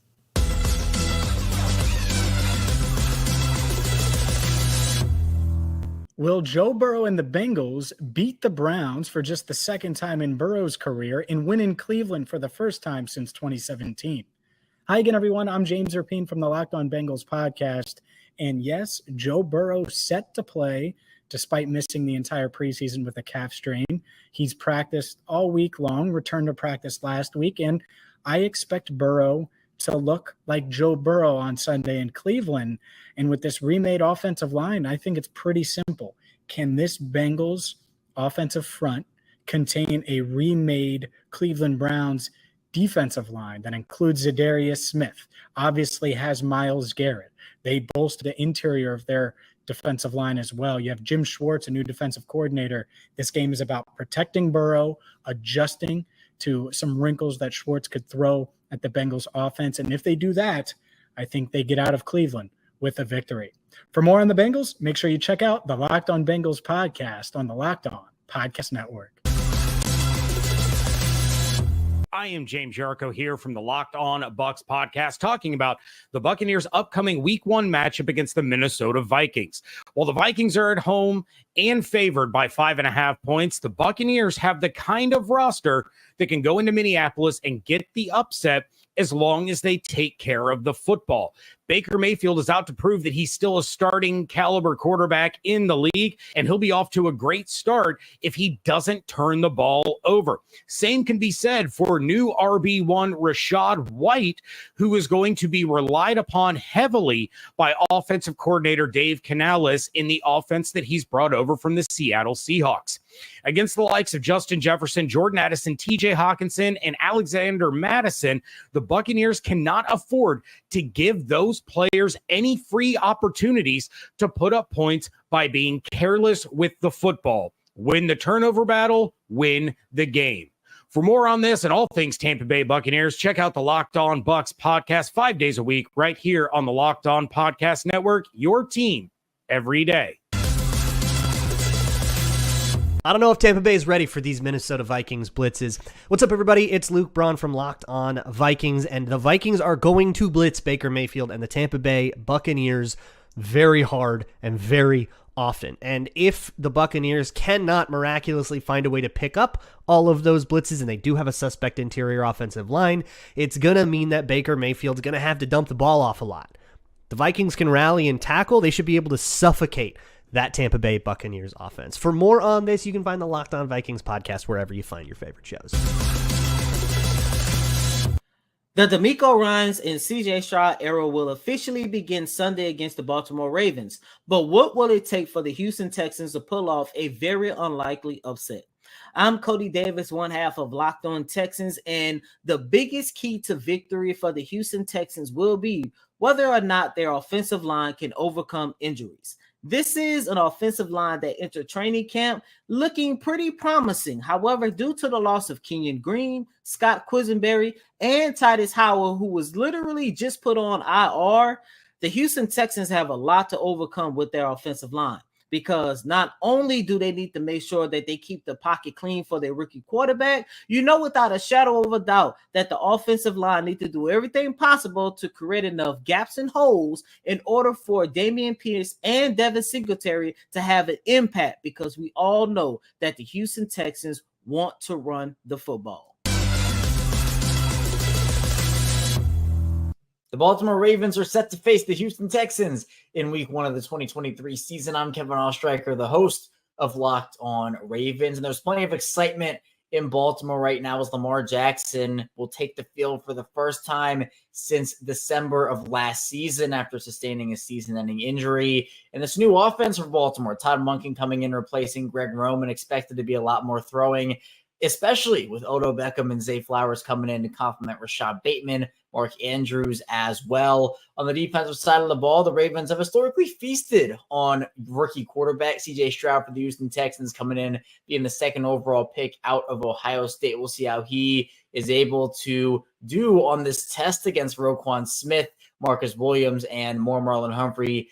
Likely not going to play in this one, so we'll see how the Ravens defense fares there. But historically, over the past couple of seasons, the Ravens week 1-wise have been pretty incredible. And for more on the Ravens and their week 1 matchup against the Texans, be sure to follow the Locked On Ravens podcast and subscribe on YouTube, part of the Locked On Podcast Network. Titans rookie running back Tajay Spears will be the X factor on Sunday against the New Orleans Saints. My name's Tyler Rowland, host of the Locked On Titans podcast, and I believe that Tajay Spears will be the difference maker for the Titans on Sunday. Not only can Tajay Spears catch the ball out of the backfield, I think he's going to have multiple one-on-one opportunities against a linebacker in the pass game, but I also think it would be smart for the Titans to focus on not running through the teeth of the New Orleans Saints defense. The Titans should focus on getting on the perimeter, looking to use their speed to get out to the edge and then get down the field. And obviously, I think Tajay Spears' skill set fits better with that philosophy than maybe Derrick Henry does. So I think not only out of the backfield catching the ball against man coverage will Tajay Spears be effective, but I think certain run plays that feature Tajay Spears will really help the Titans offense on Sunday as well. So for more analysis, check out the Locked On Titans podcast, where it's your team every day. If the New Orleans Saints want to beat the Tennessee Titans this weekend, they simply need to not beat themselves. I'm Ross Jackson, host of the Locked On Saints podcast. The New Orleans Saints, over the course of the past 2 years, we have watched them not be able to get out of their own way. Head coach Dennis Allen has spoken about it very openly. The self-inflicted wounds, giveaways, not being able to turn red zone possessions into points, not being able to move the ball, not being able to convert on third downs, penalties, all of these things. If the New Orleans Saints want to put themselves in the best position to beat the Tennessee Titans this weekend, they simply need to make sure that they're not messing themselves up. And, oh, by the way, also stop Derrick Henry, which will not be easy, especially with a much, much improved passing offense there in Tennessee as well, with the addition of wide receiver DeAndre Hopkins. That matchup between he and Marshawn Lattimore is going to be marquee, and it's going to be a lot of fun to watch. But if the New Orleans Saints want to open up their path to a win, they simply need to move out of their own way.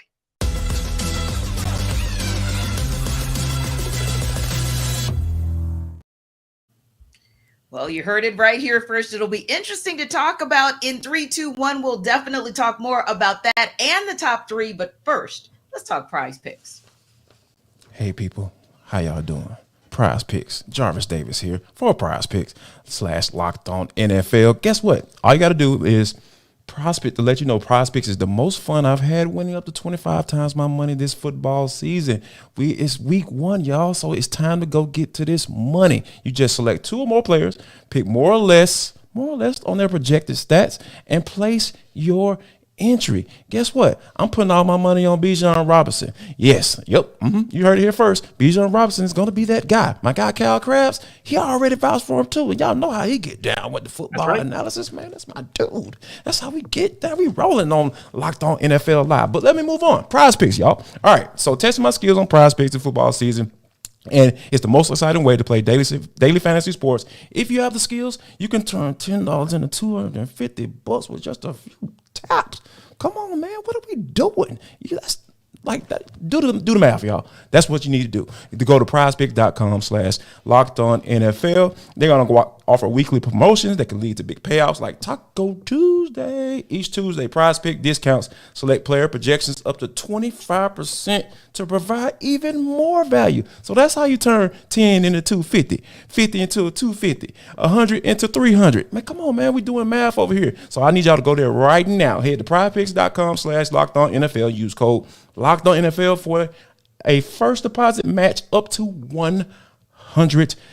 So go to that's prizepicks.com/lockedOnNFL and use code LockedOnNFL for a first deposit match up to $100. Prize Picks, the daily fantasy sports made easy.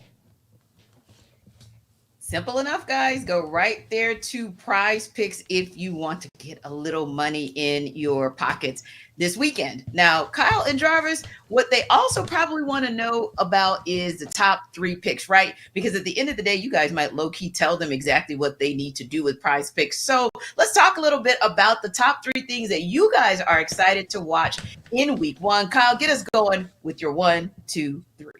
Yeah, I think the first thing I'm most excited for is kind of this Brock Purdy San Francisco saga to take the next chapter where they've traded Trey Lance to be the backup in Dallas, and Sam Darnold is now there as the backup quarterback, and they've been very emphatic with the support of Brock Purdy throughout the course of the offseason. They weren't sure he was going to be ready. Well, he takes snaps in the preseason. He's ready to go. You got to go to Pittsburgh.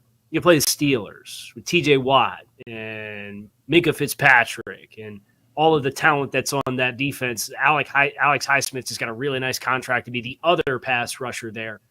So I'm really fascinated to see San Francisco's offensive performance against the talent that Pittsburgh has on defense as a team in San Francisco who has been pushing to get over the hump and win a championship.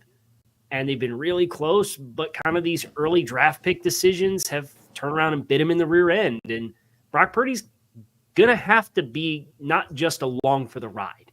And I think Pittsburgh's a really great first test. And that's, I think, the first thing that I'm most really interested in watching on Sunday. Yay! Yeah. Oof. The arrogance in Kyle Shanahan, right? Just to be able to say, you know what, I can win with any quarterback. I can get there with any quarterback. Yeah, we kind of proved that, right, Jimmy G? Okay, I understand that part of it. But to say that you're going to get there and win it with Mr. Irrelevant, and then you trade away Trey Lance, like you mentioned, to the Cowboys, and I think the dynamic between Jerry Jones and Dak Prescott is something to watch for me, because, hey, when you look at what Dak Prescott has been able to do, he gets a lot of flack, deservedly so sometimes, but, overall, he's a solid doggone quarterback. And I think he's been able to hold it down at least until, the Cowboys have been able to build around him, specifically what we talked about earlier with the defense. So I think that how Dak Prescott, plays this year, how he, kind of handles that situation. Like, hey, the owner of the team just took a chance on the guy who was who the 49ers gave up a lot of draft capital for. And what are you trying to do? Is this my backup? Is this my replacement?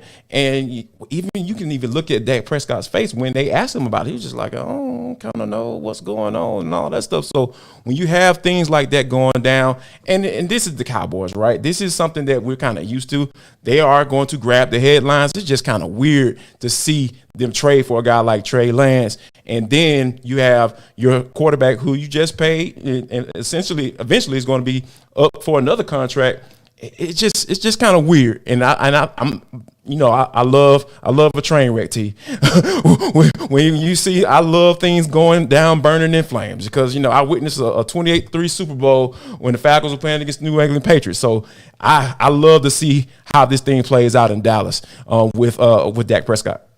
JD's a masochist, bringing up 28-3 all by himself. Yeah, man, come on, man. Like, self-inflicted, man. Come on, man. That's how I roll, Like, I'm going to get out the way before anybody bring it up. But I'm absolutely glad, Kyle, that I didn't have to prompt you either to give the Steelers a little bit of credit, because lest we forget, there's a defensive player of the year who's on the other side of that ball. There's an O-line that continues to improve year over year. And there's a two-headed monster, Najee Harris being, of course, the main of the two-headed monster, and also Kenny Pickett. Not that we take a whole heck of a lot, and Jarvis, don't mean to trigger you with the 23-0 preseason loss from the Falcons by the Steelers, but ultimately speaking, what you saw was that continued evolution of Kenny Pickett under center.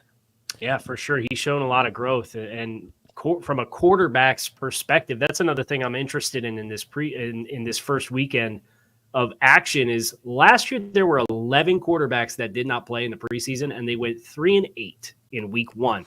And 2 of the 3 wins came against other quarterbacks who also did not play in the preseason. So this is kind of, as the preseason schedule has whittled down, there's been some teams that have embraced not playing, and it's come with mixed results. And even when the wins have been there, the average quarterback rating of the 11 quarterbacks last year to not play in the first week of the preseason was 86.1. Their average yards per attempt was 6.9 yards per attempt. So not great numbers. Jared Goff got the first win for quarterbacks who didn't play in the preseason last night, but his passer rating was only a few points higher than that 86-point average, and his yards per attempt was only 0.3 higher than that 6.9 number too. So I want to know of guys like Lamar, who didn't play in the preseason, guys like Matthew Stafford, guys like Dak Prescott, guys like Jalen Hurts, Joe Burrow. They didn't play in the preseason. I'm really fascinated to see, is this a trend? Was last year an outlier?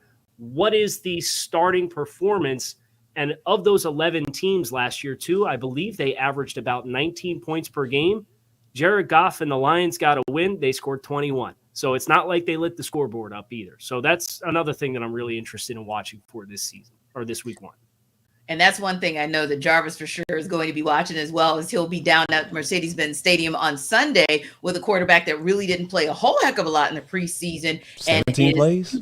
Exactly. And he's one for the Falcons. He got, 4 games in last year, but he's starting this season with not a lot of work under center in the preseason. So yeah, it'll be interesting to kind of see, like you said, Kyle, if there's a trend that we can tell, especially with, first of all, 3 preseason games instead of 4, and then you're also whittling down the time that some of your QBs get under center to be able to be prepared for week 1. Now, speaking of week 1, the New Orleans Saints stayed in the headlines in the offseason with the signing of Derek Carr, but the Carolina Panthers and Atlanta Falcons will still be trying to prove a lot in their week 1 opener to potentially stake their claim to the NFC South, as we just talked about. One of those QBs, of course, being under center will be Desmond Ridder, of course, the other being Bryce Young. Now, Julian Council from Locked On Panthers and Aaron Freeman from Locked On Falcons break down their key predictions for this critical divisional matchup.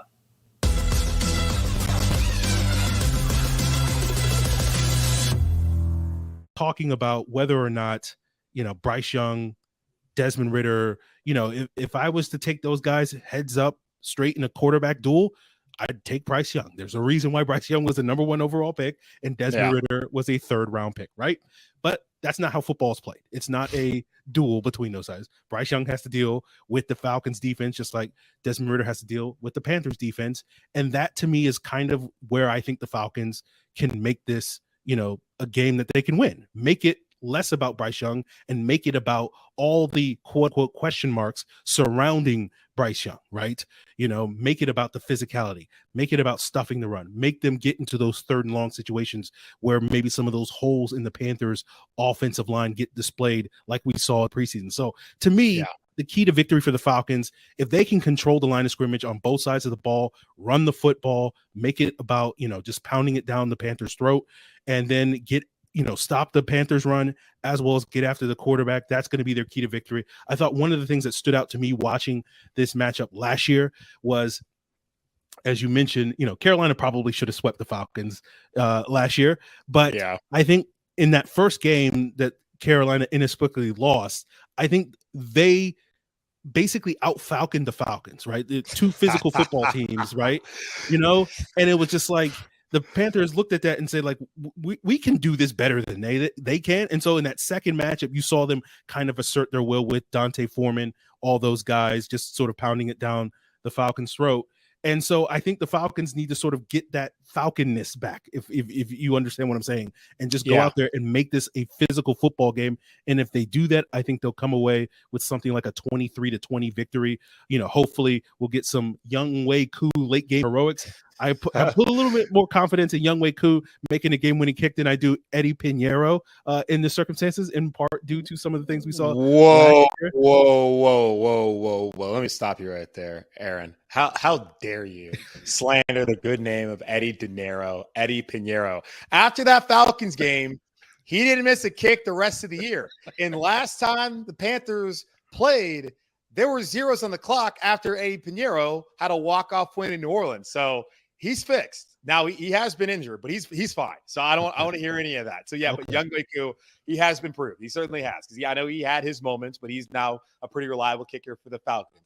You do bring up a lot of good points there, like key to victory for the Falcons. Like, it's really running the football on the line of scrimmage. And I know it's boring, and I feel like every one of these, all 17 I do, I'm going to say the exact same thing. You got to stop the run, get after the passer, you got to protect your guy. It all starts at the line of scrimmage. It's really that simple.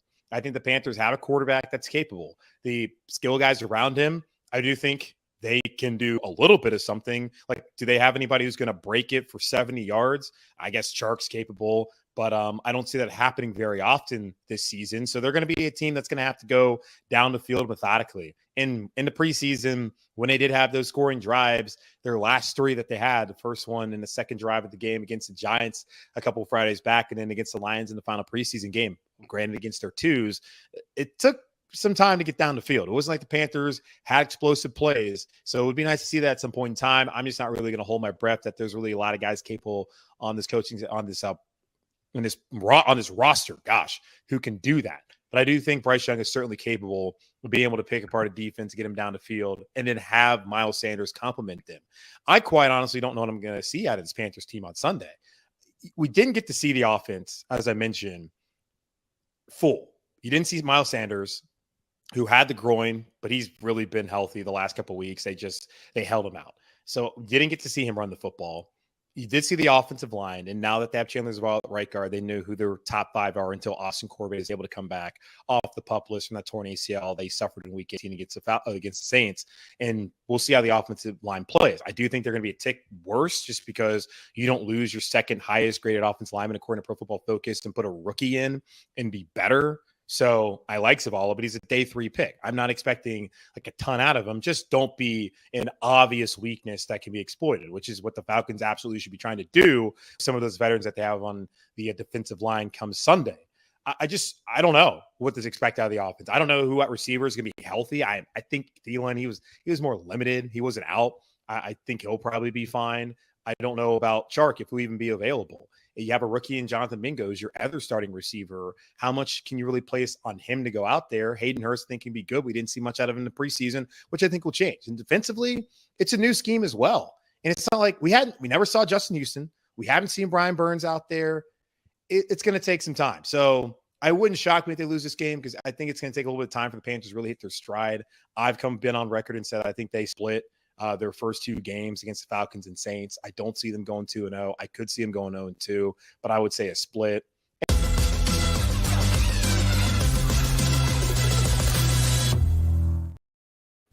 Now, JD, I know that you cannot wait to see how it all goes down Sunday at the Benz, but for now, let's just talk Nutrafol.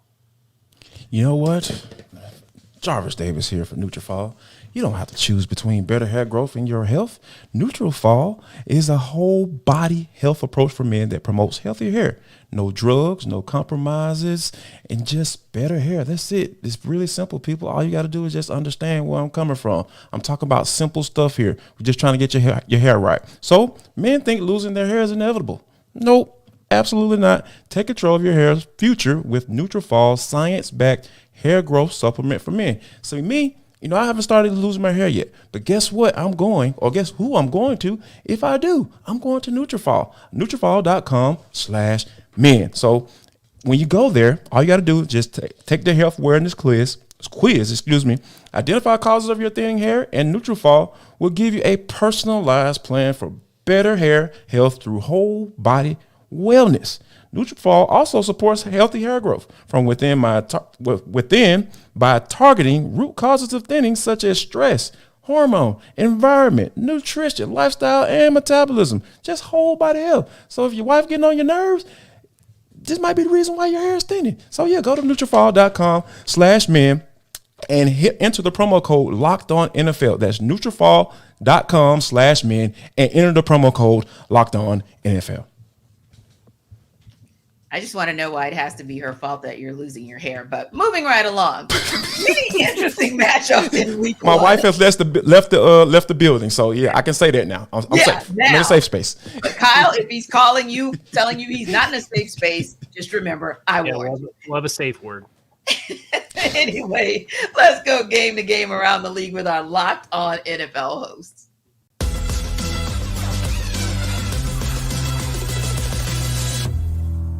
I'm Chris Carter, host of the Locked On Steelers podcast, and here are two things the Steelers have to do to make sure that they win their home opener against the San Francisco 49ers. First, on offense, they have to establish a balance. Last year, the Steelers really didn't have a balance anywhere on offense, and that was a major issue for them at times. But in the preseason, they looked like they started to find it with abilities to break big plays in the run game and the pass game.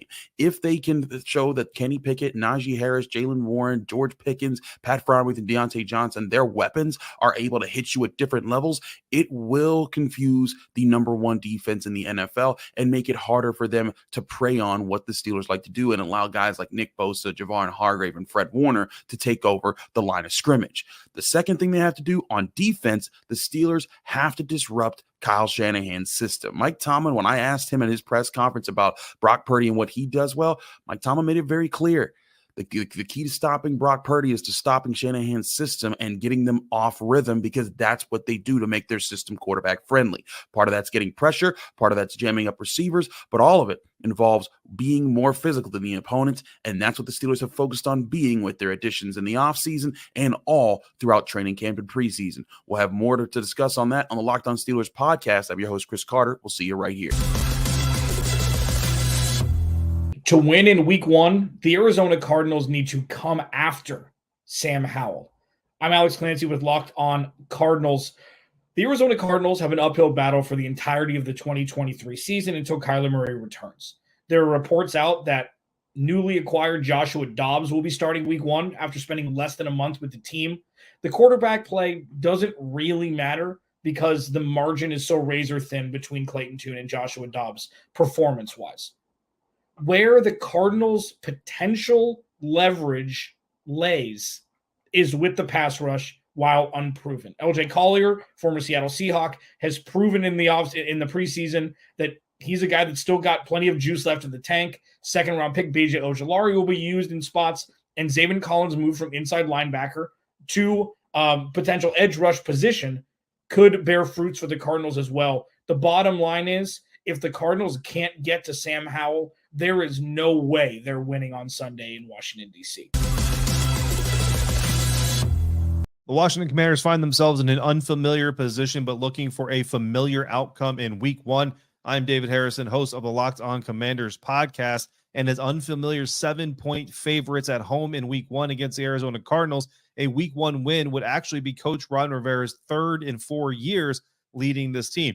In order to prevent the underdog Cardinals from doing the unthinkable, the Commanders need their young quarterback and team captain Sam Howell to do exactly what he's been doing all preseason long: play smart football. Like a gremlin after midnight, Arizona isn't likely to do much damage unless Washington feeds them. So control the ball and don't give the Cardinals any opportunities they don't earn. And the Cardinals should be able to reward a sold-out home crowd in week one with a win to start the Sam Howell and Josh Harris eras. For more on this game and everything Washington Commanders, check out the Locked On Commanders podcast 5 days a week, part of the Locked On Podcast Network, your team every day. Miami Dolphins head coach Mike McDaniel is hoping his team can press a few different buttons this time around against the Chargers. I'm Kyle Krabs of Locked On Dolphins, and as the Dolphins look to start their 2023 season With a victory, they're going to have to exercise the demons of a late season disappointing loss to the Chargers last year. It was comfortably the team's worst offensive performance of the year, and Mike McDaniel has to look to his run game to set a different tone this time around. The Chargers have historically been a team that has struggled to stop the run with consistency, and yet the Dolphins quickly found themselves getting away from the running game throughout the course of that disappointing loss against Los Angeles. This time around, in year 2, can Mike McDaniel's system have enough push and consistency with commitment on the ground for the Dolphins to secure a victory on the road in Los Angeles? We will find out on Sunday.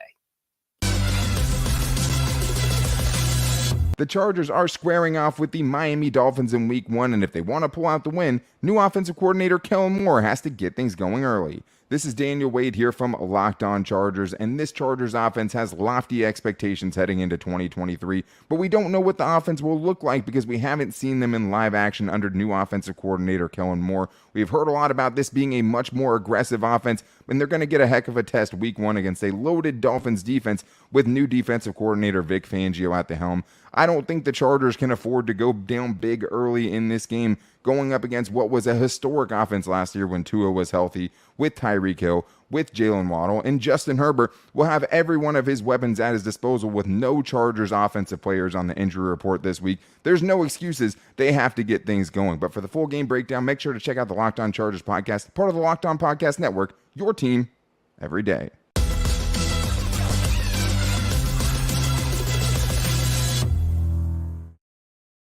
Now we turn to our Locked On Saints host, Locked On NFL host, NFL channel manager for Locked On, the man in the mirror. Okay, clearly I can't sing, but I can tell you that Ross Jackson is coming up with this week's Jackson 5.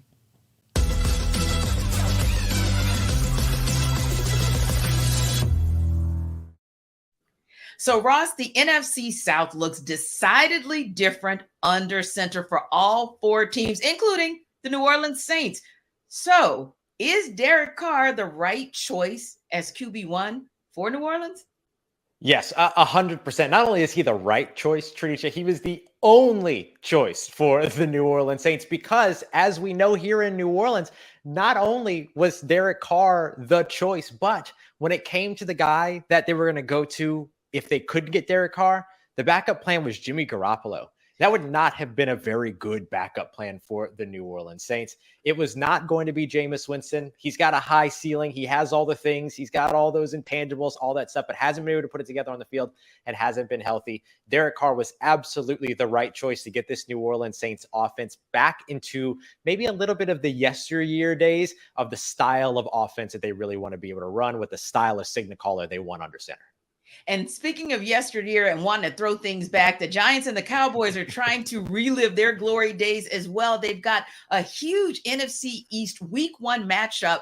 Is that matchup going to tell us all we need to know about the NFC East?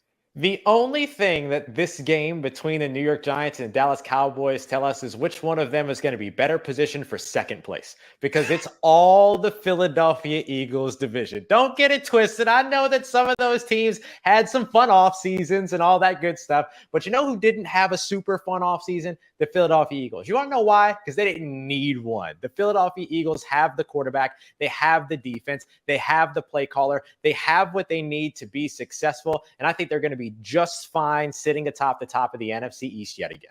And it'll be interesting to see how the Commanders kind of play in with, like you said, the run and the race for second, because, I think the Eagles have decidedly said, hey, we may have lost a few players in the offseason, but we reloaded and we are good to go at the top of the NFC East, if not at the top of the NFC. Now, you've got the other side, which is the bottom dwellers of the NFC or the NFL overall. So for you, Ross, which team do you think is going to stay at the bottom of the barrel and have the overall number 1 pick for 2024? You know, I think a lot of folks would sit here and tell you the Arizona Cardinals, but I think the Arizona Cardinals are going to fall backwards into a couple of wins that people aren't expecting this year. They still have, once he gets back out on the field, the quarterback in Kyler Murray, who's going to be able to win them a couple of games here and there. I'm going to tell you who I think, and I think you're going to love this. Who's going to have the number 1 overall selection in 2024? It's the Tampa Bay Buccaneers. What are they doing? What have they done? They had a quarterback battle between Baker Mayfield and Kyle Trask. Yeah, that's a quarterback battle that's really all about making sure that they're in place for Caleb Williams or Drake May in 2024. You know who else is going to love that? The Saints, the Falcons, and the Panthers. It's going to be feast time for the rest of the NFC South. Now, Super Bowl favorites have already come out. MVP favorites have already come out. We know where that lies, and that's Kansas City, right? But every year, a team just kind of surprises us and makes a run towards the Super Bowl. Who do you think is that dark horse this season? Yeah, my dark horse is a team that's gotten closer and closer over the course of the past few seasons, and it's the Miami Dolphins. That's who I've got as my dark horse to win the Super Bowl this year. Tua Tagovailoa is one of those players that a lot of people write off, but has been outstanding in his time, led the NFL in passing. They've got a wonderkind, one of the NFL's brightest minds and geniuses in Mike McDaniel calling the shots, who hopefully won't get away from the run game as quickly as he got away from the run game in 2022. Maybe be a little bit more persistent there in those third and shorts and second halves in 2023. That, along with Vic Fangio and the change their defensive scheme going a little bit more zone heavy, I think that the Miami Dolphins are going to leap into the modernity of the NFL, and from that catapult themselves into a larger part of the conversation at the end of the season than I think most are projecting. Yeah, and I know it's kind of always exciting, or you kind of have this desire when you've got the likes of a Jalen Waddle or a Tyreek Hill to say, hey, you want to throw it, right? You do, because you've got guns out there, but you're absolutely right. When you talk about making a run for the Super Bowl, you've got to have a running game that's going to win it for you. Now, we know there has been a lot of quarterback movement around the NFL, obviously Aaron Rodgers being the most notable, but let's take the quarterback out of this and let's look at some of the other positions where there were new additions to teams. Which new addition somewhere across the NFL would you say will have the biggest impact for his team in week one? Oh, I think I'm going to take us right back to a team that we've already talked about in that New York Giants, Dallas Cowboys game. It's all about Darren Waller for me. I think that you look at what Daniel Jones was missing in 2022, even though he still had guys like Saquon Barkley and others to be able to rely on and still distribute the ball in the offense. One of the big things that he was missing was a big-bodied, surefire, sure-handed target over the middle of the field. I think Darren Waller is going over 100 yards in this game against that Dallas Cowboys defense, which is no small feat, but he should be at least the feature in the passing game for the New York Giants week one. Week one is on tap. Merry Christmas, NFL fans.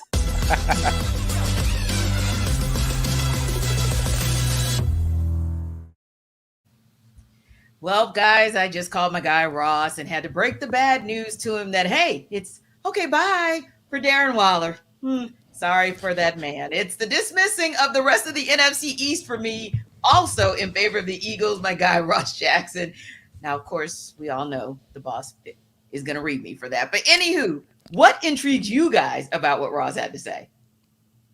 I think for me, the call out for Tampa Bay for the number one overall pick is an interesting one to me. I think they could very easily find themselves in the running. But if you were to tell me that there was another team that kind of finds their way down there that maybe we're not talking enough about, I look at what the Las Vegas Raiders are doing, and I know they got Devontae Adams, and I know they got Josh Jacobs, and I know they can run the ball, but they brought in Jimmy Garoppolo as their grand answer to the quarterback problems that they had last year. Defensively, I think they're in a really tough spot. They're playing in a division with three teams that are all on the upswing, with Kansas City coming off the Super Bowl win, the LA Chargers looking to fortify, and they fortified their offensive weapons, and Sean Payton coming to Denver. They don't play an easy schedule. They got to play the entire AFC East on top of that too. I just don't get the warm and fuzzies with Las Vegas. So if you told me that Las Vegas kind of gets to the end of the season and they got 3 wins, I would be surprised. And if Arizona does fall into a few wins, like Ross says, I think that's another team that if the first overall pick has 3 wins, that I wouldn't dismiss from necessarily being in that conversation. Yeah, agreed. You know what? And for me, I think that to say that the Miami Dolphins are going to get to the Super Bowl, like, that's very interesting to me. No shade, Kyle, but like Tua's going to stay healthy for the entire season. Like that's a thing. Like, because last time I checked, man, concussions. We talking about potentially shutting it down for life. Never playing football again because of the concussion that he suffered last year. And I just think that I really like. No, don't get me wrong. I really like Tua. I'm glad that once he was out on the field, he was able to show to say, "Hey, I'm capable of doing what I'm doing." Because Lord knows, like Miami, I'm sure Miami Dolphins fans, you probably experienced this, Kyle. I know they're probably looking at Justin Herbert saying, like, "Dang, we passed on that dude. Like, why we passed on that guy?" So, but I think that once you have a guy like Tua, if he stays healthy, yeah, I see that, Tyreek Hill and Jalen Waddell, because that's fun. That's fun to watch. That's very fun to watch. And I think that, going in the AFC East, because a lot of the conversations are about, the New York Jets and Aaron Rodgers, I just think it's just going to be a little bit too much competition in that division for them to get to the ultimate prize and not only get to the Super Bowl, but win it. I just think that's going to be a little bit difficult to see that play out like that. It's a big chemistry experiment for Miami for sure. And as Tanitra and Ross talked about, the run game has to be a bigger part of it. And you see the parallels to San Francisco with Mike McDaniel coming from the Kyle Shanahan coaching tree. I don't think it's too far of a stretch to say if everything goes right, that can be a San Francisco type formula to make runs late in the season. And I think that's your pathway. As things click with Vic Fangio, Jalen Ramsey comes back, gives you an extra element on defense midseason. But you got to be able to run the ball. And that commitment, that investment has to be there. And if it is, and they look really good running the ball in the preseason, granted it's the preseason, but it was kind of a different flavor to the offense, then I think that's how that pathway would have to play out for the Dolphins. And I think you're onto something because Miami was in the conversations with the Indianapolis Colts for Jonathan Taylor. So, I think you're right. You're spot on when it comes to that run game because it is definitely key in Kyle Shanahan / Mike McDaniel's system. I give him a little credit there. Yeah, and going back to what you guys said, sometimes we don't talk enough about the AFC East, and so the Dolphins could be intriguing along with obviously the Bills, and it'll be interesting to see the X factor that the Jets are as well. Can't even give the other team any credit, but moving right along. Yeah, they've got some intriguing just saying. So Jarvis, I'm sure you appreciated that shade that I just gave, and we'll appreciate you talking about Prize Picks. Yes, Jarvis Davis here for Prize Picks. Guess what, guys? Prize Picks is the most fun I've ever had. I promise you, because I've been able to win up to 25 times my money this football season. Week 1 is upon us, people. What are you waiting on? Go get this money because you can select 2 or more players, pick more or less on the projected stats, and place your entry. I got to test my skills because Prize Pick this football season is the most exciting way to play daily fantasy sports. If you have the skills, you can turn $10 into $250. If you got $30, you can turn $30 into $80. Or $80, you can turn it into $160. I'm telling you, do the math, people. It's simple. Go to prizepick.com/lockedonnfl right now. Prize Pick offers weekly promotions that can lead to big payouts like Taco Tuesday. It's going up each Tuesday. Prize Pick discounts select player projections up to 25% to provide even more value. So it is an easy decision, people. So all you have to do, even if all you young folks out there, guess what? They got Apple Pay for quick and easy deposits into your account this football season. So as soon as that bet clears, you're going to get your money. So go to prizepick.com/lockedonnfl and use the code LockedOnNFL for a first deposit match up to $100. Let me repeat. Go to prizepick.com/lockedonnfl and use code LockedOnNFL for a first deposit match up to $100. Guess what, guys? Prize Picks is daily fantasy sports made easy. Now go. Now, speaking of something that is going to be interesting, a stop, go, we don't know because we're getting reports as we speak about Packers, Bears, who is in and who is out. We've also talked about that game throughout the show. The NFC North essentially is up for grabs. Who is going to take the leads out of the gate? Could be them, could be the Vikings for all we know. But Lee Sterling and your boy Q from Locked On Bets say the Packers and Bears, well, they're the lock. Open it, open it, open it. Lee has the key to the lock of the day. All right, Lee, here we go. Let's close things out strong. Lock of the day, NFL action, week 1. Been waiting to say that. No training camp, no preseason, but regular season action, week 1. We'll pay attention to the NFC North, a division that I think is wide open like some old school TV antennas. We'll take a look at the Chicago Bears and the Green Bay Packers. FanDuel.com line on this one, the Bears -1 versus Green Bay. That's tight right there. It's a tight line, Lee. Break it down for us. So Green Bay has owned the series. In fact, they're 8-0 straight up against Chicago. They won 13 of the last 14, 17 of the last 19, and 23 of the last 26 meetings dating back to 2011. Now, I know that's with Aaron Rodgers, but let's look at the talent on the field. And I grade players all the time and units. I'm looking at this Packers roster, and it's above average here. I think their coaching staff, above average here. I think they have the better offensive and defensive line here. Jordan Love, just didn't progress when the first 2 years there. And why? Because Aaron Rodgers wasn't helping him out at all. Felt he was a threat here. I think that he's relaxed now. You're just seeing a different player. Is he going to be as good as Aaron Rodgers right now? No, but he doesn't have to be. He was 21 for 33 in the preseason for 193 yards, 3 touchdowns, and most importantly, no interceptions. They have a top 10 offensive line.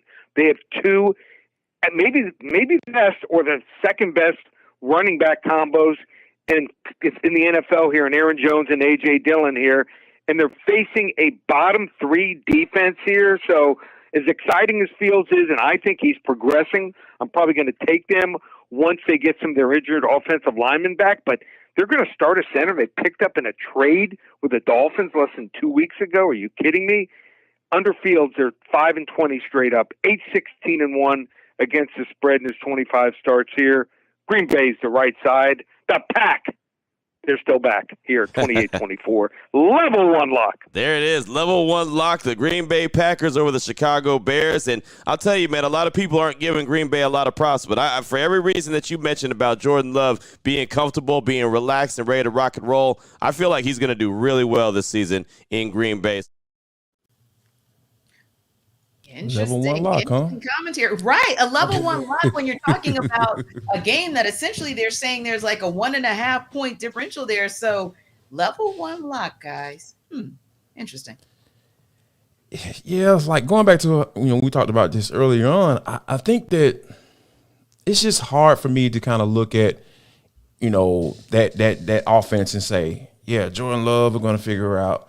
He's going to figure it out. He's going to step in and continue the 29-year tradition of starting quarterbacks for the Green Bay Packers, and everything is going to be all good. No, I don't think that's going to happen. The guy only has 10 games of experience. He was one of those kind of fly-by-night guys in the draft. And, Kyle, I know remember when he came out in 2020. So I think this is just – I'm going to go for what I know. I know what I saw in Justin Fields. I know what I saw in Justin Fields. But there's some protection issues. Obviously, yeah, I get it. But when you talk about knowing what you're going to get from that quarterback and you're adding to his weaponry, right? You're adding a number 1 wide receiver in DJ Moore, I have to look at that situation. I have to take that into account, right? Because those are some of the things that I feel that can win you football games in the NFL. So, yeah. Matt LaFleur, is he going to have the greatest coaching, job that he's ever done because he has a Jordan Love and Jordan Love going to come out there and do that? The odds of that happening, I won't make that a level 1 lock. That wouldn't be a level 1 lock for me. So I'm going to decide on the Chicago Bears because I'm likely to go for what I know, especially when you're talking about who's up on the center.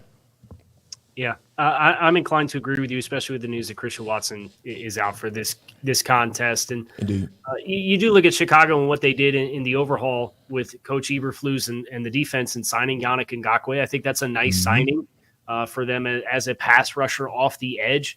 Andrew Billing and Justin Jones are not the most flashy names that you can have inside, but I do think they can keep the linebackers clean. And I really think the linebackers are the strength of the defense with paying Tremaine Edmonds the $18 million per season average that he got on the new deal to come here. TJ Edwards coming over from Philadelphia, who I think has developed into a very, very good 3-down player, super instinctual player. They had an undrafted free agent in Jack Sanborn last year as a rookie who flashed quite a bit as well. They're physical, and I think what the interior can do against Green Bay is let the linebackers run free, and then without the element of Christian Watson on the outside, I think that is where I like how the matchups can trend for Chicago. I generally agree with the big picture on both teams. If you ask me who's going to finish higher in the standings, I take Green Bay at the end of the season. But as far as the week 1 matchup without Christian Watson, I think there's a lot of momentum here for Chicago to build off what they did with Justin Fields last year schematically. Yeah, and I think that you guys make both points. I think that to your point as well, Kyle, most importantly, the conversation that we had even at the beginning of this show shifted, because that's how important Christian Watson is to that offense. So yeah, when you have critical pieces like that who are going to be moving, just like the news we heard about Darren Waller, it does kind of shift where your thought processes are on what that's going to be. But what's interesting to me as well is, and I should apologize to those people up in Big D, but the conversation here a lot is about, what the Green Bay Packers are going to do and what the Chicago Bears are going to do, obviously, because that is the first game of the season in divisional matchup form. But, we've been pretty darn quiet on the other side of the NFC North. And if you kind of think about it, this could be considered a pseudo toss-up as well, because you could say, obviously, the Lions kind of, I'll say, showed improved early last night, right? But we haven't talked much about what the Vikings might have to say about what goes on in the NFC North. I mean, they got Kirk Cousins at quarterback, so that might be a reason why we might not be talking about them in that light. But what about that guy Justin Jefferson? He's the real deal. Like, I have to give credit where credit is due. Justin Jefferson is an absolute monster when it comes to catching that rock. And then they added to that wide receiver room too, right? They didn't rest on their laurels. They added Jordan Addison out of USC. So those are some of the things that I feel like when you think about adding pieces around the quarterback, and if it's, we weren't considering this a big game, so to speak, Kirk in the regular season can put up some numbers. Like, he's a fantasy beast. He's a quiet beast when it comes to from a fantasy standpoint. So, but I think when you talk about putting up numbers and on a consistent basis and giving your team an opportunity to win, not only in the regular season, but going into the postseason as well, that's kind of where I kind of get off when you talk about the Minnesota Vikings. So I'm really intrigued by this division because, like you said, we're used to, putting in permanent marker at the top of that division and the Green Bay Packers, and now that Aaron Rodgers walks out of the door, it's seemingly up for grabs, and I really feel like, hey, we could see Minnesota sneak in here and win this division. Yeah, I think the things that for Minnesota that need to go right, they moved on from Dalvin Cook this offseason. Yeah. And they've elevated Alexander Mattison as kind of the lead back there. And then the cornerback room with defensive coordinator Brian Flores coming in runs a very, very, very aggressive style of defense. They love to blitz. They love to man up on the back end. And I just look at the cornerback situation that they have with Caleb Evans and Andrew Booth and rookie Mekhi Blackman. I just don't know how it's going to mesh with that aggressive style of defense. So does Flores changes DNA a little bit? We've heard all the reports out of Minnesota is they're going to continue to blitz. Do they change what the back end looks like with that? How well would that acclimate? So I think the relative inexperience at corner and then the unprovenness of their ability to run the football are the things for Minnesota that I can't tell you what that team's going to look like until we get a little bit more information. We have a proof of concept of it on Sundays. Yeah, indeed. And, when you think about Teron Armstead being ruled out, that of course can mean a lot just in terms of, we're talking earlier about players who make the critical, who can be critical or be impactful for the game. So with that in mind, give me something impactful with your final thoughts about week 1. I'll piggyback for Teron Armstead, who that news just came out. Mike McDaniel, head coach this morning, said they were going to put him through some football activities on the side. Sounds like that didn't happen. Mm-hmm. I would say one thing that the Dolphins have this year that they did not have is a little bit more depth at tackle. They have Kendall Lamb, who looked really strong in the preseason. But when you lose a player like Teron Armstead and you're going against players like Khalil Mack and Joey Bosa, This is the big test for Mike McDaniel now, because when he lost players last year, he didn't really adjust what they were trying to do. There was no adjustment, whether it was Tua Tagovailoa or Skylar Thompson or Teddy Bridgewater or Teron Armstead plays or he doesn't play. It was like, yeah, we're really aggressive. We got speed. We can do whatever we want.